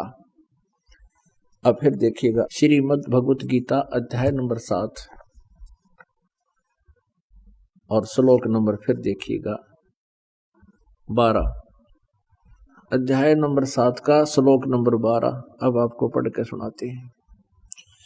और भी जो सतगुण से उत्पन्न होने वाले भाव, सतगुण माने विष्णु जी से सतिथि, और भाव है जो रजगुण ब्रह्मा जी से और तपगुण शिव जी से। क्लियर हो गया कि रजगुण ब्रह्मा जी हैं, सतगुण विष्णु जी हैं और तमगुण शिव जी। इनसे जो कुछ भी हो रहा है सृष्टि सतिथि और संहार, उन सब को मुझसे ही होने वाले हैं ऐसा जान। क्योंकि ये काल को 1 लाख मानव शरीरधारी प्राणी खाने का श्राप लगा हुआ है, इसका निमित्त यही है। और ये कहता है परंतु वास्तव में उनमें मैं और वे मुझ में नहीं हैं। ये ब्रह्मा विष्णु महेश से न्यारा है, अलग है, चौथा इनका पिता है। अब 13 में स्पष्ट कर दिया, गुणों के कार्य रूप सात्विक राजस और तामस, इन तीनों प्रकार के भावों से यह सारा संसार प्राणी समुदाय मोहित हो रहा है। इन तीनों गुणों से परे रजगुण ब्रह्मा, सतगुण विष्णु, तमगुण शिव जी से परे मुझ अविनाशी को नहीं जानता। सीधा स्पष्ट हो गया कि ब्रह्मा विष्णु महेश से अलग है ये काल ब्रह्म।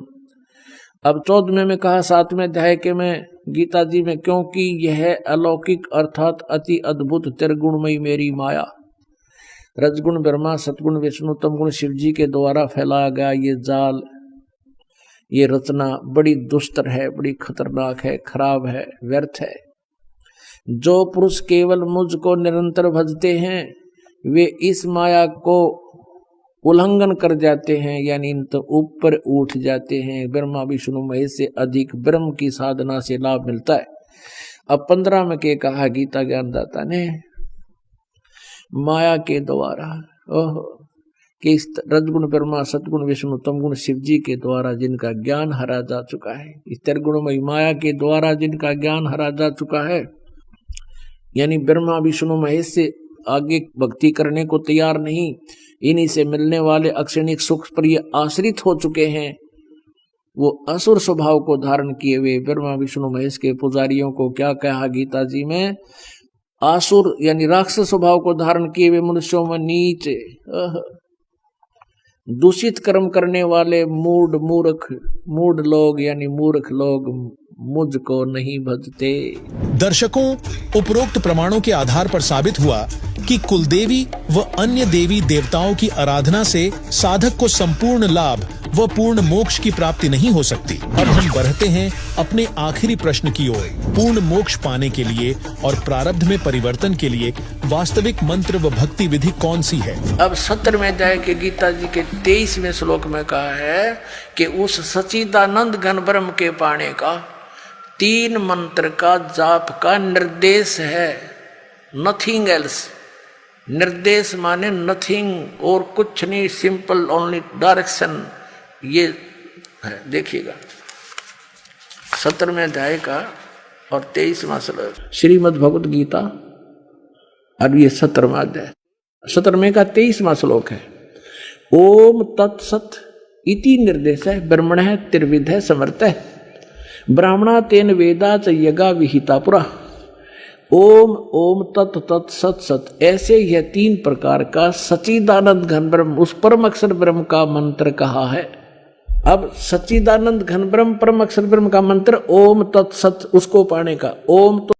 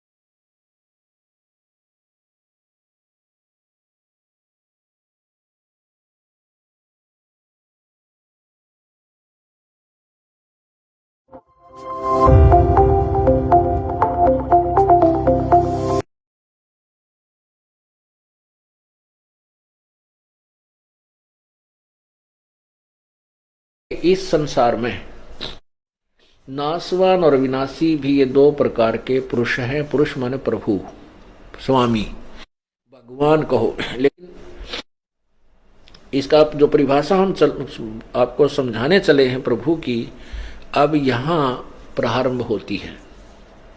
अभी तक ये इसकी भूमिका बनी है।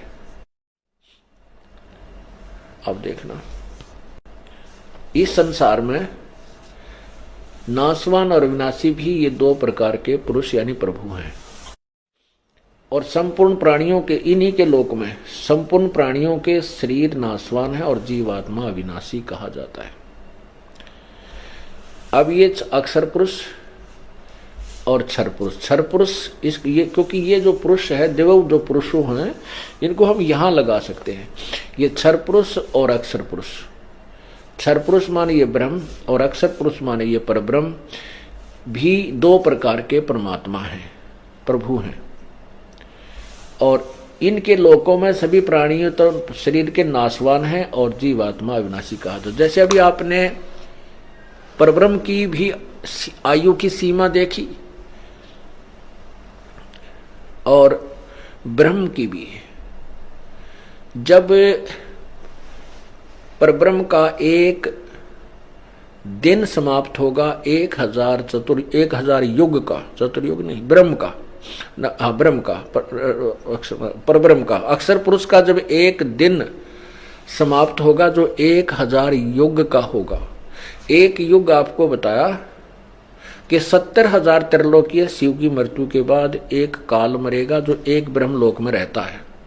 वह 3 रूप में रहता है, ब्रह्मा विष्णु और शिव रूप में। ऐसे ही उसी अवधि से वहां वो अपना ब्रह्मा वाला शरीर छोड़ता है, ऐसे फिर विष्णु वाला छोड़ता है, लास्ट में वो शिव वाला शरीर छोड़ता है। तब एक ब्रह्मांड का विनाश होता है और परब्रह्म का यानी अक्षर पुरुष का एक युग होता है। ऐसे 1000 युग का जब परब्रह्म का दिन समाप्त होता है तो 21 ब्रह्मांड का विनाश होता है। इस परब्रह्म इन ब्रह्म के काल के 21 ब्रह्मांड का विनाश हो जाता है और ये सभी प्राणी परब्रह्म के लोक में अलग अलग स्थान पर रख दिए जाते हैं। उनके कर्म अनुसार अलग अलग वहां रखे जाते हैं।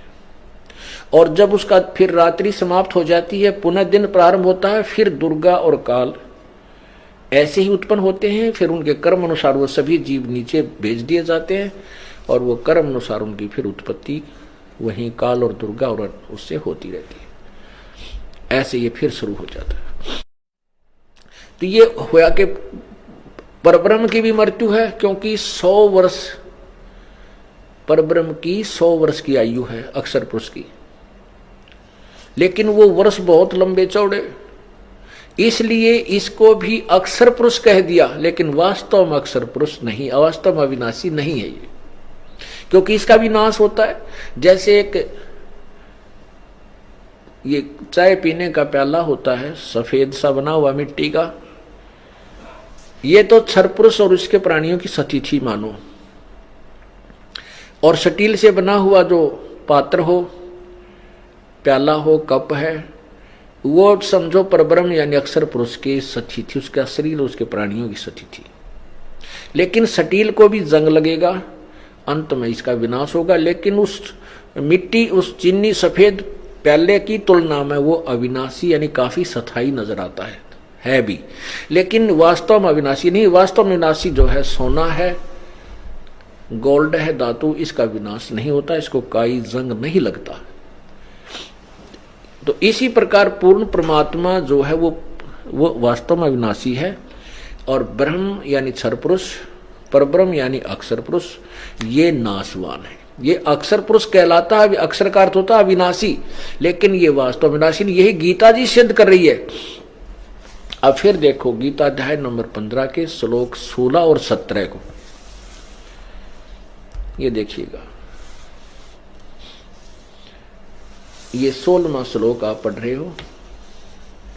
दिवौ इमौ पुरुषौ लोके क्षर च अक्षर एवं च क्षर सर्वाणि भूतानि कुटुष्ट अक्षर उच्यते। इस संसार में नाशवान और अविनाशी ये क्षर पुरुष और अक्षर पुरुष ये भी 2 प्रकार के भगवान हैं। संपूर्ण प्राणियों के शरीर नाशवान है, जीवात्मा अविनाशी का। अब 17वां में स्पष्ट किया है कि उत्तम पुरुष है तू अन्य। उत्तम पुरुष यानी पुरुषोत्तम तो इन ऊपर वाले दोनों से भी कोई और ही है और उसको परमात्मा कहा जाता है। वह वास्तव में परमात्मा कहा जाता है, परमात्मा इति उदाहरत है। और यह लोग त्रयम् आविश्य विभर्ति अव्यय ईश्वर, अव्यय माने अविनाशी, अव्यय माने अविनाशी, वो अविनाशी प्रभु है, अविनाशी परमात्मा है, परमेश्वर है।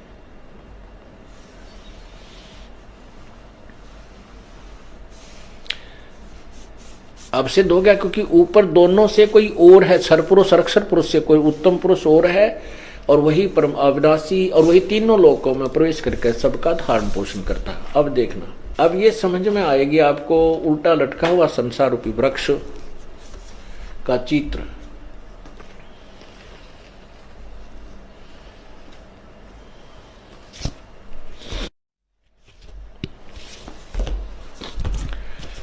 अब यहां ये जड़ है। अब देखना, उत्तम पुरुष है तो ये है परम अक्षर ब्रह्म, जो है वो परम अक्षर ब्रह्म है, और ये ऊपर को जड़ वाला ये पूर्ण परमात्मा है। इस जड़ से सबको, यानी तना में खुराक गई, तना से डार में, डार से ब्रह्मा विष्णु महेश रूपी शाखाओं में, फिर हमें प्राप्त हुई पत्तों को। तो ये क्या लिखा है कि जो लोग तीनों लोकों में प्रवेश करके यह लोक तरम अविश्य विभर्ति, अविश्य, अविश्य माने जो प्रवेश करके तीनों लोकों में प्रवेश करके सबका धारण पोषण भी वही पूर्ण परमात्मा ही करता है, और वही अविनाशी परमेश्वर परमात्मा इस प्रकार कहा गया है। अब वेदों में देखिए पूर्ण परमात्मा कौन है। ये ऋग्वेद मंडल नंबर आपको दिखा रहे हैं, ये भी दिखा, ये कहां से प्रकाशित है।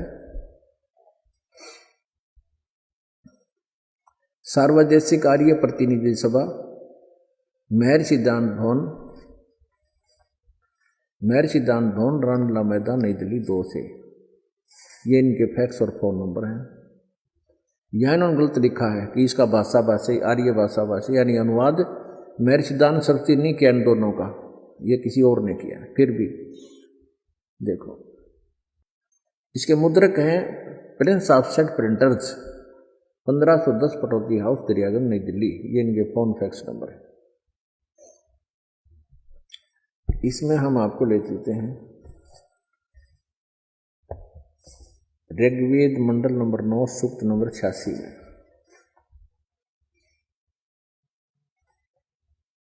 और 26 मंत्र ये क्या बताता है कि यज्ञ करने वाले यजमानों के लिए परमात्मा, यज्ञ माने धार्मिक अनुष्ठान, शास्त्र अनुकूल करने वाले यजमान माने भक्तों के लिए परमात्मा, सब रास्तों को सुगम करता हुआ उनके विघ्नों का मर्दन करता है, उनके संकटों का नाश कर देता है, और उनको पवित्र करता हुआ, और अपने रूप को,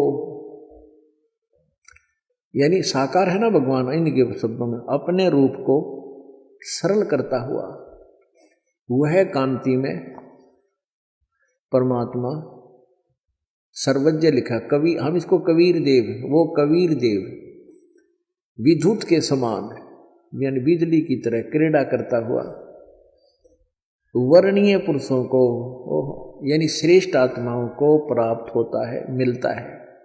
अपुण्य आत्माओं ये स्पष्ट हुआ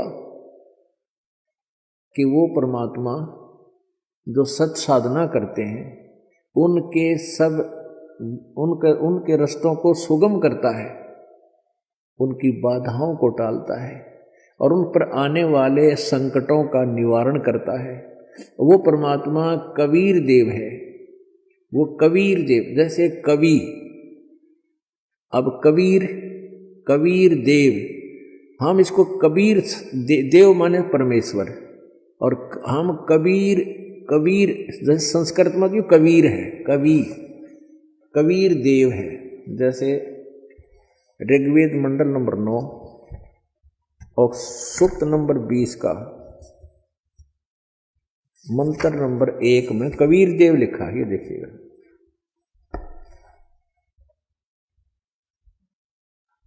ऋग्वेद मंडल नंबर 9 और सूक्त नंबर 20, इसका मंत्र नंबर 1 आपको दिखाते हैं। इसमें स्पष्ट है, ये लिखा है, पर कबीर देव, यो कबीर देव है। देव माने परमेश्वर, और कबीर, ये कबीर को कवि कहते हैं। हम कबीर देव सीधा लेने लगे, कबीर देव, क्योंकि वो कवि कहलाता है अपनी बात, अपनी ज्ञान को लोकोक्तियों के माध्यम के बोलने से वो कवि कहलाता है परमात्मा। यो कबीर देव नाम उस भगवान का, कबीर देव। तो यो हम इसको कबीर, हम वै को वै बोलते हैं, वेदों को वेद बोलते हैं अपनी लोकल लैंग्वेज में। तो कबीर देव, हम इसको कबीर साहब कहने लगे। साहब को चाहे देव को हो, भगवान को हो, गॉड को हो, तो हम इसको कबीर देव, यानी ये चाहे संस्कृत के ज्ञाता इसको कवि बना दें तो कवि, वो कवि, तो कवि हम फिर भी कहना पड़ेगा, वो तो लोकोक्तियों के माध्यम से कवि रूप में प्रकट होता है जो भगवान, जो यहाँ कविताओं के माध्यम से, अपनी लोकोक्तियों के माध्यम से उस यथार्थ ज्ञान को जो प्रचार करता है वो परमात्मा, उसको, उसका नाम ही कबीर साहब है। हम उसको कबीर साहब बोलते हैं। तो संस्कृत में वेद उसको कबीर देव कहते हैं कि वो कवि साहब। ये कवि साहब मान लें जो ज़्यादा एंडमेंड करते हैं संस्कृत में। अब व्याकरण ऐसे है, व्याकरण नहीं जानता, व्याकरण क्या कर लेगी इसमें। अब तुम कवि कह, कवि, हम कबीर साहब कहें, तुम कवि साहब कह दो। वो जो परमात्मा लोकोक्तियों के माध्यम से आकर के ज्ञान देता है, कविताओं के माध्यम से एक प्रसिद्ध कवि की उपाधि भी पाता है, वो पूर्ण परमात्मा है। वो बनारस में आया था, हम वो कहते हैं वो ही है वो कवि देव। तू जिसने तुम कवि को हो, हम उसने कबीर साहब कहा।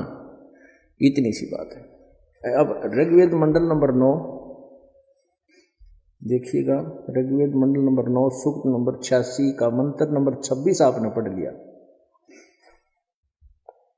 86 का मंत्र 26 पढ़ लिया कि यज्ञ, ये देखो यहाँ भी कबीर अत्यो, यहाँ भी कबीर लिखा है, ये कबीर देव है, कबीर अत्यो। हम इसको कबीर देव कहने लगे, कबीर साहब है। इन्होंने इसका अर्थ यहाँ लिख लिया, संधि छेद कर कबीर कर दिया, कबीर, कवि ही। हम इसको कबीर देव लिख दें यहाँ पर, वो कवि साहब है, कबीर साहब, नथिंग एल्स। यज्ञ करने वाले यानी धार्मिक अनुष्ठान करने वाले यजमान माने भक्तों के लिए परमात्मा सब रास्तों को सुगम करता हुआ, यानी उनके सब दुखों का, उनके रास्ते खोल देता है भक्ति के, उनके विघ्नों को यानी संकटों को मर्दन करता है।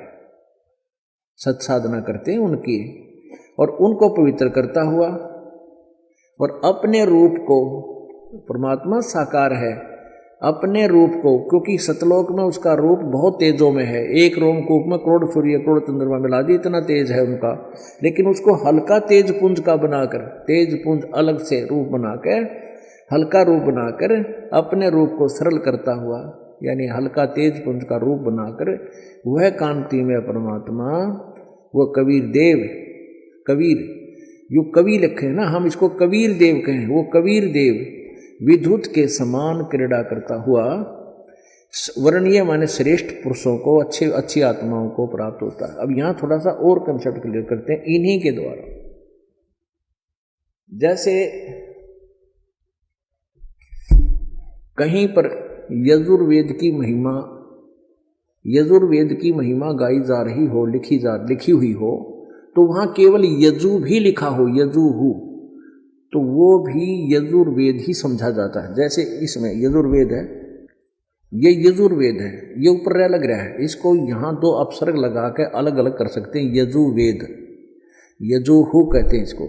लेकिन इसका भी ये देखिएगा, यजुर्वेद ये महर्षि दानव सरस्वती ने अनुवाद किया है कंप्लीट, पूरे 40 अध्याय, 40 के 40 अध्याय का। ये कहाँ से प्रकाशित है? वही सार्वदेशिक आर्य प्रतिनिधि सभा 2/5 महर्षि दानंद भवन, रामलीला मैदान, नई दिल्ली, ये दूरभाष है। ये यजुर्वेद आर्य भाषा भाष्य महर्षि दानंद सरस्वती कृत। मुद्रक है Prince offset printers, 1510 foot of the house, Daryaganj, नई दिल्ली से। इसके 36 नंबर अध्याय में ये कंसेप्ट क्लियर होता है जो दास करना चाहता है। ये है षट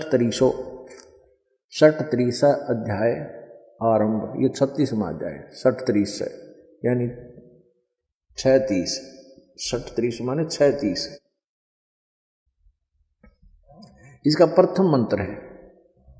इसमें रचम वाचम परपधे मनो यजु, ये यजु शब्द है। इसका अनुवाद करते समय स्वामी जी ने खुद ही यहाँ पर कंप्लीट किया। यहाँ केवल यजु लिखा है, ये देखना। यहाँ पर अनुवाद करते समय ये केवल यजु शब्द है, यजु मूल संस्कृत में, तो इन्होंने यजुर्वेद लिख दिया। ये बिल्कुल ठीक है, क्योंकि अगर ये नो नहीं लिखेंगे तो इस यजु का अर्थ क्या करेंगे। ये समझाना पड़ेगा कि यहाँ केवल यजुर जो लिखा है ये यजुर्वेद की तरफ संकेत है, ये यजुर्वेद के विषय में जानकारी है। तो यजुर्वेद, अब जैसे आपने ये ऋग्वेद मंडल नंबर 9, ये देखिएगा, ऋग्वेद मंडल नंबर 9 सूक्त नंबर 86, यहाँ देखना, और इसका ये 26 नंबर मंत्र आपने देखा। इसमें लिखा है कि निर्जनम हरियत है कबीर अति। इस कबीर का इन्होंने ऐसे लिख दिया, यो कवि बना दिया, कवि ही। हम इसको कबीर देव लिख दें, यहाँ पर कबीर देव, वह ही लिखें और कबीर देव लिख दें।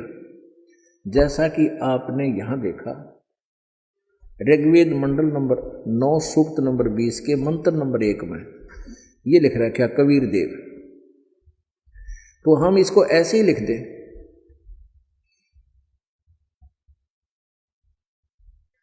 ये कबीर देव है। हम इसको यहाँ भी इन्होंने इसको कवि को 2 भागों में बांट दिया, ये कवि मेधावी कर दिया, वह परमात्मा कवि का अर्थ कर दिया मेधावी है। कोई बात है, कवि का अर्थ मेधावी होया करे, वो परमात्मा कबीर देव है, यो कबीर देव, ये लिखना चाहिए था, वह कबीर देव है।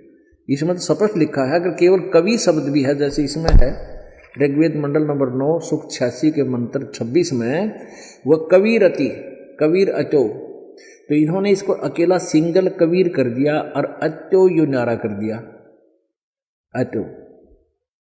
तो यहां हम लिखते हैं वह कबीर देव है।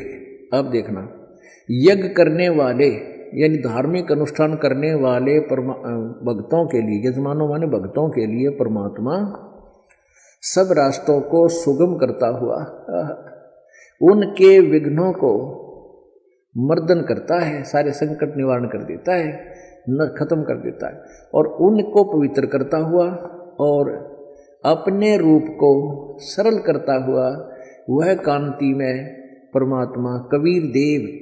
हम यहाँ लिखते हैं कबीर देव, जैसे यजुर्वेद लिखा, यजु के स्थान या यजु था, उन्हें यजुर्वेद लिखना पड़ा। ऐसे ही कबीर देव विद्युत के समान क्रीड़ा करता हुआ वर्णीय पुरुषों को, श्रेष्ठ आत्माओं को, अच्छी आत्माओं को प्राप्त होता है, मिलता है। कहाँ रहता है वो?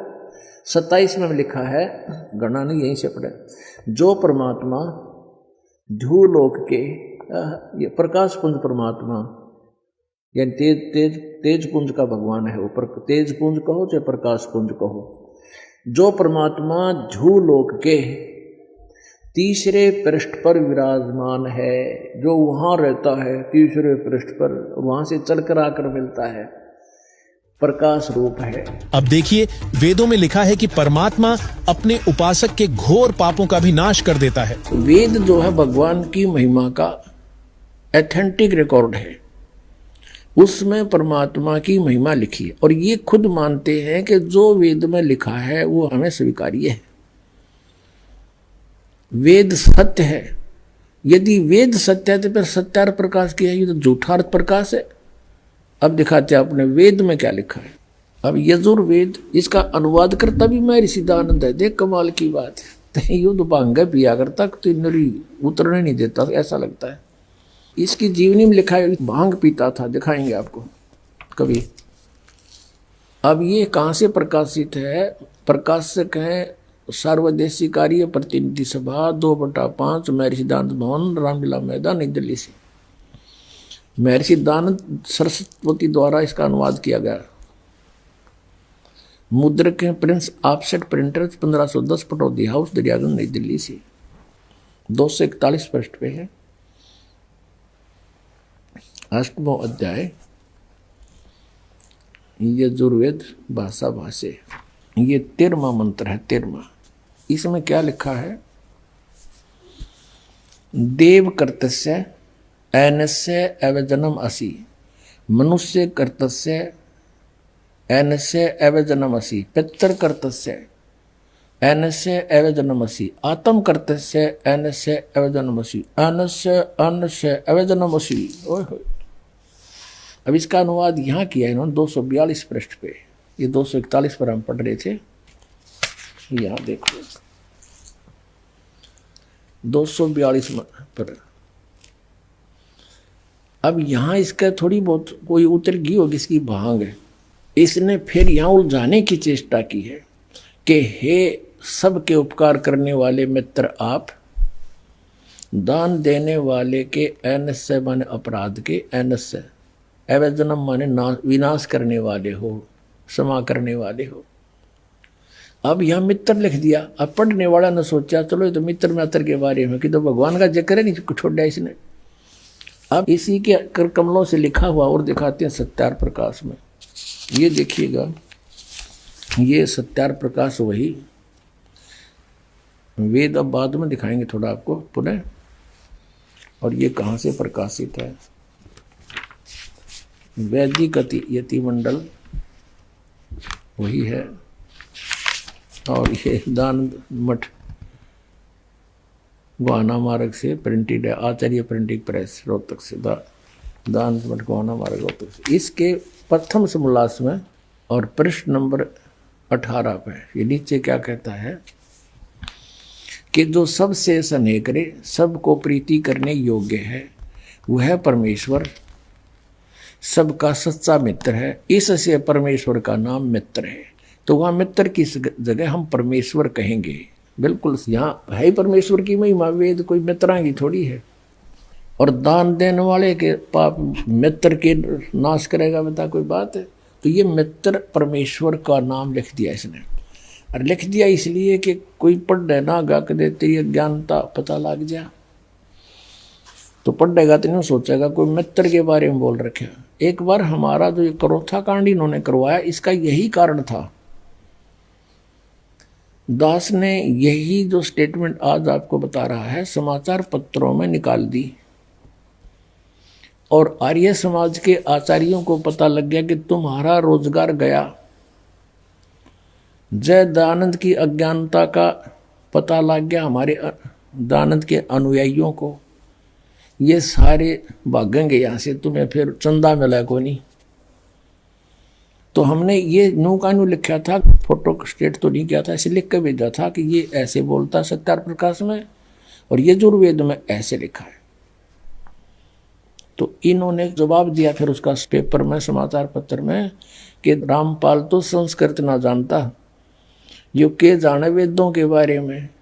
वो तो दयानंद जी तो महर्षि थे, उन्होंने समाधि लाला के वेदों के अर्थ निकाले हैं, और वहाँ पर मित्र शब्द लिखा है, परमेश्वर के बारे में नहीं लिखा है। अब आम आदमी इतना प्रभावित था इन नकली ऋषियों से कि वो सच्चे हैं, और अन्य व्यक्ति कुछ भी कहता रहो वो सही लिख कर गए होंगे। इसलिए परमात्मा ने दया करी इस प्रोजेक्टर की, और ताकि आप स्वयं देख सकें। अब यहाँ मित्र का अर्थ परमेश्वर है इन्हीं के शब्दों में। अब पढ़ेंगे, देखो अब हम यजुर्वेद पर आ गए हैं। सत्यार प्रकाश रख दिया है। अब इसके हम 8वें अध्याय के वही 13वां मंत्र पढ़ रहे हैं। हे सब के उपकार करने वाले मित्र यानी परमेश्वर, आप देव कर्तस्य दान देने वाले के, ऐनस्य माने अपराध के, पाप के। ऐनस्य माने अपराध कहो चाहे पाप को, इसी के शब्दों में ऐनस्य माने पाप के, दूर करने वाले हो, नाश करने वाले हो, छुड़वाने वाले हो, क्षमा करने वाले हो, कुछ भी बोलो इन शब्दों को। ऐनस्य माने पाप के, ऐनस्य माने अपराध कहो चाहे पाप कहो, नाश करने वाले हो, दान देने वाले के। और मनुष्य कर्तस्य साधारण मनुष्य के किए हुए, ऐनस्य माने अपराध यानी पाप के विनाश करने वाले हो। और पितर करते से पिता के किए हुए, ऐसे माने विरोधाचरण के नहीं, पाप के ही लिखना चाहिए। इसलिए अच्छी तरह हरने वाले हो यानी दूर करने वाले हो, अपने किए हुए पाप के दूर करने वाले हो। एनस एनस अधर्म के अधर्म यानी पाप के पाप, घोर पाप के नाश करने हारे हो। विद्वान यानी जानता हुआ मैं जो कुछ भी अधर्म आचरण किया करता हूँ वह करूँ, अनजान में जो कुछ भी किया करता हूँ वह करूँ, उस सब ऐनस्य माने पाप के दूर करने वाले हो। युद्ध परमात्मा के तनु का है वेद ज्ञान दाता कि वो परम अक्षर ब्रह्म है, वो घोर पाप का भी नाश कर देता है, घोर पाप के, और जो कुछ भी करता हूँ या करूँ उसको भी पाप नाश कर देता है। इसके साथ ही यजुर्वेद अध्याय 5 मंत्र 32 में प्रमाण है कि कबीरदेव अर्थात कबीर परमेश्वर पापनाशक है। वहीं ऋग्वेद मंडल 9 सूक्त 80 मंत्र 2, ऋग्वेद मंडल 10 सूक्त 161 मंत्र 2, 5 ऋग्वेद मंडल 10 सूक्त 162 मंत्र 2 व ऋग्वेद मंडल 10 सूक्त 163 मंत्र 1 से 3 में प्रमाण मिलता है कि परमात्मा अपने सच्चे उपासक के सर्व रोगों को दूर कर निरोगी काया प्रदान करता है। यहाँ तक कि यदि साधक की मौत भी हो गई हो तो परमात्मा उसे जीवित कर उसकी 100 वर्ष के लिए आयु बढ़ा देता है। दर्शकों, इससे सिद्ध होता है कि पूर्ण परमात्मा कबीर जी ही वह समर्थ परमात्मा है जो अपने उपासक के प्रारब्ध कर्मों, संकटों का भी नाश कर सकता है, और यही वह परमात्मा है जो तीनों लोकों में प्रवेश करके सबका धारण पोषण करता है। इसलिए हमें सद्ग्रंथों अनुसार तत्वदर्शी संत रामपाल जी महाराज से गीता अध्याय 17 श्लोक 23 में वर्णित सांकेतिक 3 मंत्रों को प्राप्त कर परम अक्षर ब्रह्म कबीर परमेश्वर की भक्ति करनी चाहिए, जिससे यहाँ भी हम सुखी हो सकें और भक्ति के प्रभाव से अंत में हमें मोक्ष की भी प्राप्ति हो सके। अतः आप सभी से निवेदन है कि तत्व ज्ञान को जानने के लिए प्रतिदिन संत रामपाल जी महाराज के सत्संगों को संत रामपाल जी महाराज YouTube चैनल पर अवश्य देखें और शास्त्रानुकूल भक्ति कर अपने जीवन का कल्याण करवाएं। धन्यवाद। आइए अब हम उन श्रद्धालुओं के अनुभव जानते हैं जो जगत गुरु तत्वदर्शी संत रामपाल जी महाराज जी से दीक्षा प्राप्त कर चुके हैं तथा उनके द्वारा बताए गए भक्ति मार्ग पर चल रहे हैं। सर नमस्कार। नमस्कार सर। सर क्या नाम है आपका? दिनेश विश्वकर्मा नाम है मेरा। दिनेश जी कहाँ से आए हैं आप? मैं ग्राम सुंदरपुर जबलपुर से हूँ, MP। अच्छा दिनेश जी, आप एक बात बताइए, संत रामपाल जी महाराज से कब जुड़े आप? संत रामपाल जी महाराज जी से मैं 26/1/2014 को जुड़ा। क्या काम करते हैं आप? दास जो है परमात्मा के जोड़ने से पहले इंश्योरेंस सेक्टर में काम करता था। सर संत रामपाल जी महाराज से नाम दीक्षा लेने से पहले आप क्या भक्ति साधना करते थे? मैं संत रामपाल जी महाराज बंदी छोड़ सदगुरु रामपाल जी महाराज जी की साधना करने से पहले दुर्गा जी की उपासना करता था। चूँकि मेरे घर में सारे लोग दुर्गा की ही उपासना करते थे, वही उपासना मैं करता था। और उस उपासना के करते करते मेरे जीवन में इतने कहर टूटे कि 26 साल की उम्र में मेरी पत्नी की मृत्यु हो गई कैंसर से। और दुर्गा जी का उपासना करने से जो मैं आपको बताने जा रहा हूँ कि दुर्गा जी ऐसे साक्षात 8वां अंग सहित ऐसे तख्त पे विराजमान हो जाती थी, और हम उनसे यही प्रार्थना करते थे कि कैंसर था, कैंसर ठीक हो जाए। आज जगत जननी है, जैसा सुन रखा था हमारे गुरुओं ने, धर्म गुरुओं ने हमको बता रखा था कि दुर्गा ही सारी जगत की जननी है। तो हमने कहा हमारे तो भाग खुल गए। ये इतना मतलब किसी को नहीं मिला, तपस्या करते हजारों वर्ष तपस्या करने के बाद जो प्राप्त नहीं होता वो मैं इन आंखों से देख पा रहा हूँ। मेरे तो भगवान मिल गया, मेरा मोक्ष हो गया, सारी चीज़, और तो मेरे रोग दूर हो जाएंगे, पत्नी के सारा हो जाएगा। लेकिन भगत जी क्या बताऊँ कि वो यही कहती रही ठीक हो जाएगी, और दूसरे दिन मेरी पत्नी की मृत्यु हो गई।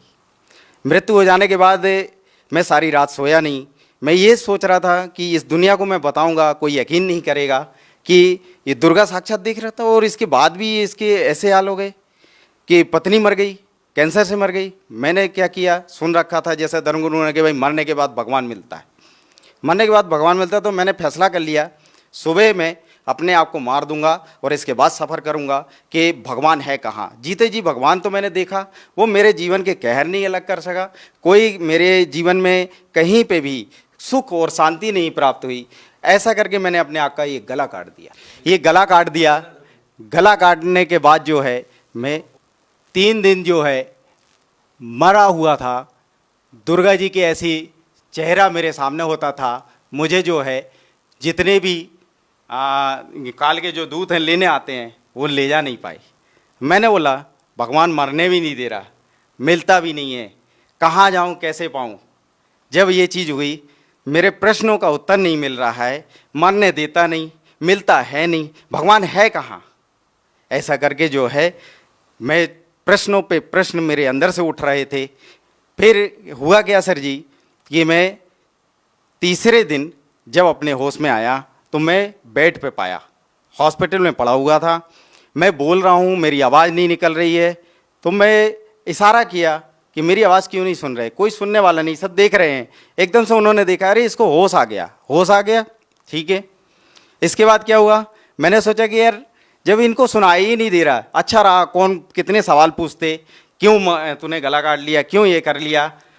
मैंने बोला अच्छा रहा, चल एक काम तो अच्छा किया मेरे जीवन में, कम से कम बोलने का जो था वो बंद कर दिया। किस किस को जवाब देता मैं। सर, हम जीवन में बहुत कम ऐसे लोगों को देखते हैं जिनकी आस्था, जिनकी भक्ति इतने उच्च स्तर पे हो, इतनी आस्था उनकी हो कि भगवान पाने के लिए वो अपनी मौत को भी गले लगाना बेहतर समझते हैं। आपने भगवान प्राप्ति के लिए, भगवान दर्शन के लिए अपना गला काट दिया। आपकी पत्नी की मृत्यु हो गई, जबकि आप कह रहे हैं कि आपको दुर्गा देवी साक्षात नजर आती है, साक्षात दर्शन देती है। बावजूद इसके आपको आध्यात्मिक लाभ नहीं मिले, शारीरिक लाभ नहीं मिले। सर, आप क्या कारण मानते हैं कि आपको शारीरिक लाभ नहीं मिले, आध्यात्मिक लाभ नहीं मिले, जबकि हम देखते हैं कि आज के समय में बहुत कम ऐसे लोग होंगे जो आपकी तरह आस्था रखते होंगे। बहुत कम लोग ऐसे होंगे जो अपने जीवन को दांव पर लगा सकते हैं भगवान प्राप्त करने के लिए। सर, क्या कहना चाहेंगे, आखिर आपको आध्यात्मिक शारीरिक लाभ क्यों नहीं मिले? सर, इसमें ये है, जो आज तक हमारे धर्मगुरुओं ने जैसा हमें ज्ञान दिया, शास्त्र के विरुद्ध ज्ञान दिया और उसकी जानकारी दी, उसी पद्धति को हमने जीवन में सुना, आचरण में लिया, उसको करते रहे। उसको करने के बाद परमात्मा कहते हैं, बंदी छोड़ सतगुरु रामपाल जी महाराज अपनी वाणी में कहते हैं कि भाई जो 3 देव की करते भक्ति, उनकी कभी ना होवे मुक्ति। परमात्मा अपनी वाणी में फिर कहते हैं कि माई मसाणी शेर शीतला भैरव भूत हनुमंत, जो इनको पूजता है हम कोसों इनसे दूर होते हैं। परमात्मा अपनी वाणी में कहते हैं। हमको ये बात मालूम नहीं थी, क्योंकि हमको सच्चा ज्ञान देने वाला कोई गुरु आज तक नहीं मिला। क्या आप ये कह सकते हैं कि संत रामपाल जी महाराज की शरण में जाने के बाद आपकी वो खोज पूरी हुई? बिल्कुल। मैं ये आपको बहुत बढ़िया बात बताता हूँ। मेरे जब ये प्रश्नों का हल नहीं हुआ कि ये भगवान ये नहीं है, तो वो परमात्मा है कौन, कहाँ है, कैसे मिलेगा। मैं इस खोज में जब चला तो मेरे माइंड में एक बात आई कि जो सारे जितने चैनल्स हैं, कहीं ना कहीं कोई तो गुरु होगा जो इस संसार के विषय में, इस भगवान के विषय में जानकारी दे रहा होगा। ये प्रेरणा हुई मेरे अंदर ऑटोमेटिक, पता नहीं क्यों। मैंने फिर सारे चैनल, सुबह से बैठता था, दिन के 6-7 बजे जो है मैं बैठ जाता था और 11-12 बजे तक मैं चैनल देखता था, सत्संग सुनता था, देखता था। कोई राम की कथा सुना रहा है, कोई विष्णु जी को बता रहा है, कोई जो है कृष्ण जी को लीला बता रहा है, लेकिन कोई इसके आगे की कोई कथा ही नहीं बता रहा है। जब नहीं बता रहा तो मैं उनको फिर मोल्ड करते जाता था, मतलब उनको चैनल चेंज करते जाता था। नहीं मिलता था, थक जाता था, दोपहर में खाना खाता, फिर सो जाता। 3 बजे फिर उठता, शाम के 6 बजे तक चैनल देखता मैं। चैनल देखने के बाद वही कोई राम कथा, कोई कृष्ण जी की लीला बता रहा, वो गोवर्धन पर्वत उठाए, इसके आगे कोई ज्ञान ही नहीं, कोई नहीं। कोई हनुमान जी की उपासना बता रहा, आप ऐसा कर लो, ये हनुमान जी ऐसा चमत्कार कर देंगे, हनुमान जी पूर्ण परमात्मा है कलयुग में। मेरे को ज्ञान ही नहीं समझ में आ रहा, कोई हनुमान जी को भगवान बता रहा। फिर हुआ क्या कि मुझे जो है ये प्रश्नों का उत्तर, एक दिन जो है बंदी छोड़ सतगुरु रामपाल जी महाराज जी का चैनल देखा। उसमें बंदी छोड़ सतगुरु रामपाल जी महाराज जो है, दुर्गा कैसे पैदा हुई, कहाँ से इसकी उत्पत्ति हुई, ये सदग्रंथों में प्रमाण करके सब कुछ बता रहे थे। और जैसा मैंने उनका ज्ञान सुना, मेरे तो पैर तले से जमीन ही खिसक गई कि ऐसा अनमोल ज्ञान, हे परमात्मा आप तो ऐसा अनमोल ज्ञान बता रहे हैं मालिक। मैं कहाँ खोज रहा था परमात्मा, आप तो यहाँ मिले मालिक मुझे, मैं तो कहाँ कहाँ ढूंढा, गला काट दिया परमात्मा। आपको तो ढूंढते ढूंढते मालिक आपने मुझे ऐसे ऐसे दर्शन दिए।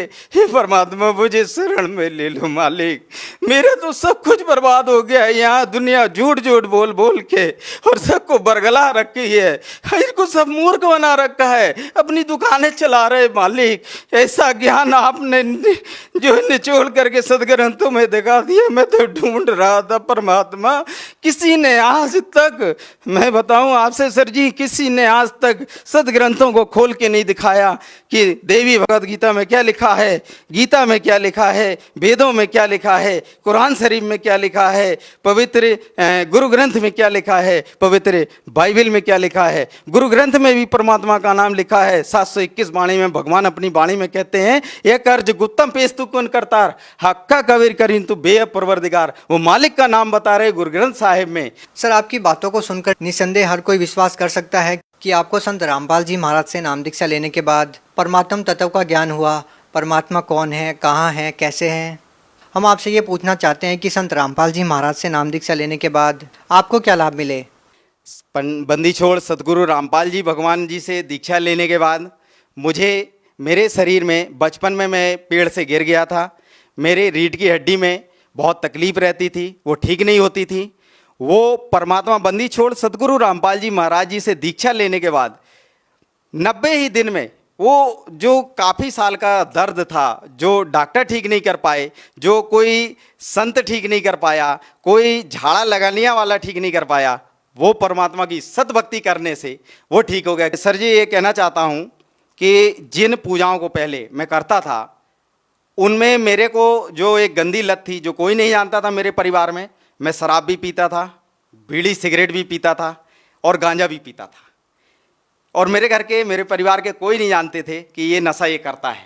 उन पूजाओं को करते करते मेरे को ऐसी नशा की लत लग गई थी कि मैं 5-5 लीटर शराब तक पी जाता था, लेकिन वो कोई जान नहीं पाता था, कोई पता नहीं कर पाता था।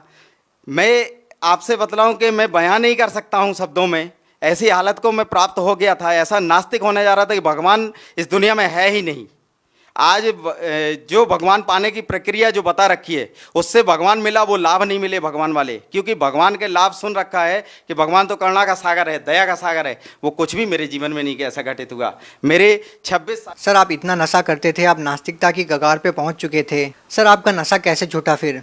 बंदी छोड़ सदगुरु रामपाल जी महाराज जी की शरण में जाने के बाद मैं सर जी आपसे बताऊं, मेरा नशा 1 सेकेंड में ही छूट गया। वो जो लत थी, मुझे इच्छा ही नहीं हुई परमात्मा की शरण में जाने के बाद। सर, अब आपको कितने वर्ष हो गए हैं कि आपने नशा नहीं किया। मैं जब से 26/1/2014 को मैंने परमात्मा बंदी छोड़ सदगुरु रामपाल जी की शरण में गया, उस तारीख से वो सारे नशे छूट गए एक ही पल में। सर, हम आपसे एक और बात पूछना चाहेंगे। कहीं ना कहीं संत रामपाल जी महाराज के जो अनुयायी हैं, उनके निशाने पर ज़्यादातर हिंदू देवी देवता ही रहते हैं, क्योंकि वो कहते हैं कि उनको देवी देवताओं के पूजने से कोई लाभ नहीं मिला। हम आपसे ये प्रश्न पूछना चाहेंगे कि कहीं संत रामपाल जी महाराज हिंदू धर्म के खिलाफ कोई साजिश तो नहीं रच रहे। आखिर संत रामपाल जी महाराज किस धर्म को श्रेष्ठ मानते हैं। ये गलत है। बंदी छोड़ सदगुरु रामपाल जी महाराज जी ने किसी भी प्रकार से किसी भी धर्म के प्रति कोई साजिश नहीं रच रखी है। परमात्मा बंदी छोड़ सदगुरु रामपाल जी महाराज जी ने, क्योंकि उनका एक स्लोगन ही है एक कि जीव हमारी जाति है, मानव धर्म हमारा, हिंदू मुस्लिम सिख ईसाई धर्म नहीं कोई न्यारा। सर, यहाँ पे हम एक और बात पूछना चाहेंगे कि क्या सारे ही गलत साधनाएं केवल हिंदू धर्म में हैं, मुस्लिम धर्म के बारे में आप कुछ नहीं कहते हैं। आज बहुत सारे धर्मगुरु हैं। मुस्लिम धर्मगुरु में मैंने एक नाम सुन रखा था जाकिर नाइक का। उन्होंने बहुत खुला चैलेंज किया था कि आज इस संसार में कोई भी गुरु हों दो, कोई भी महात्मा हों दो, कोई भी शंकराचार्य हों दो, मैं उससे डिबेट करना चाहता हूं, मैं डिबेट करने के लिए इच्छुक हूं। बंदी छोड़ सदगुरु रामपाल जी महाराज जी ने बहुत उनको इनविटेशन दिया कि आप हमारे से ज्ञान चर्चा करें, उसका सारा खर्चा भी हम देंगे। अगर आप बहन नहीं कर सकते, वो साधना चैनल के माध्यम से आप अपना चर्चा करने के लिए आ सकते हैं। आपका स्वागत है। बंदी छोड़ सदगुरु रामपाल जी महाराज जी का ज्ञान ऐसा है कि इस दुनिया में उसका कोई सानी नहीं है। सर, अंतिम प्रश्न आपसे पूछना चाहेंगे कि एक ऐसा धर्मगुरु, एक ऐसा संत जो आपको आध्यात्मिक ज्ञान देते हैं, जो आपको शारीरिक लाभ देते हैं, आपको मानसिक लाभ देते हैं, वो संत आज जेल में है। सर क्या कहना चाहेंगे इस बारे में? सर ये बहुत शर्म की बात है, आज ऐसे संत जो संसार में नशा, दहेज प्रथा, ऐसी कुरीतियाँ जो सारे समाज को एक अज्ञानता में बांधे हुए हैं, ऐसे संत को जिसने आज सारे संसार में नशा मुक्त, बिना किसी दवाइयों के, बिना किसी ट्रीटमेंट के, उनके जितने भी शिष्य आप देख लीजिएगा, कोई नशा नहीं करता मिलेगा, कोई दहेज लेते नहीं मिलता है, आज सत भक्ति करते हैं सारे, किसी भी प्रकार से कोई भी किसी भी प्रकार का नशा में सहयोग तक नहीं करते हैं। ऐसे संत को आज जेल में डाल रखा है, ये बहुत शर्मनाक बात है। और आज संसार में ऐसी बात कोई नहीं बोलना चाह रहा सत्य की, जो जगत गुरु तत्वदर्शी संत रामपाल जी महाराज जी ने बताया, उनके ज्ञान को आज समझने तैयार नहीं है। खासकर ये भारत सरकार से कहना चाहता हूँ कि शर्म करना चाहिए। ऐसे उद्धारक संत जो समाज को एक जो है सत भक्ति करा के और उद्धार कराना चाह रहा है, ऐसे समाज का निर्माण, ऐसे स्वच्छ समाज का निर्माण कि आज भाईचारा, अमन, चैन, सुख, शांति सब कुछ आ रहा है। जितने भी जगत गुरु तत्वदर्शी संत रामपाल जी महाराज जी के शिष्य हैं, आज आप उनसे मिलकर देख लीजिए, कोई नशे में सहयोग नहीं करते, किसी प्रकार की कोई कुरीतियों को नहीं मानते। आज ऐसे संत को जेल में डाल रखा है, कोई सुनने वाला नहीं है। आज मैं भारत सरकार से ये प्रार्थना करना चाहता हूँ हाथ जोड़ के, ऐसे संत जो समाज उद्धारक हैं, जगत गुरु तत्वदर्शी संत रामपाल जी महाराज जी को बहुत जल्द से जल्द बाहर लाएं, उनको जेल से निकालें और उनका चरण वंदन करके अपना उद्धार कराएं और मानव समाज में सहयोग करें, एक स्वच्छ मानव समाज बनाने में सहयोग करें। सर आप भगत समाज को क्या संदेश देना चाहते हैं जो आज देवी देवताओं की पूजा करते हैं, नकली धर्मगुरुओं के जाल में फंसे हुए हैं, या ये कहें कि कहीं ना कहीं नशे की गिरफ्त में है, उन लोगों को आप क्या कहना चाहेंगे? सर भगत समाज को मैं प्रार्थना करता हूँ, हाथ जोड़ के दोनों हाथ से प्रार्थना करता हूँ, जिस भगवान को ये सारी दुनिया ढूंढ रही है, वो परमात्मा, पूर्ण ब्रह्म परमात्मा संत रामपाल जी महाराज जी के चोले में आज इस धराधाम पे बैठा हुआ है। सभी भक्त समाज और जबलपुर एमपी से, जैसा मैंने बताया, मैं ग्राम सुंदरपुर से हूँ, उससे ग्राम सुंदरपुर से लगे हुए 10 गांव हैं, उन सभी भोली पुण्य आत्माओं से मैं प्रार्थना करना चाहता हूँ, एक बार संत रामपाल जी महाराज जी के मंगल प्रवचनों को सुने, उस ज्ञान को सुने और संत रामपाल जी महाराज जी से बहुत जल्द से जल्द दीक्षा लेकर के अपने जीवन का कल्याण कराएं और मोक्ष प्राप्त करें। जी धन्यवाद। सत साहिब।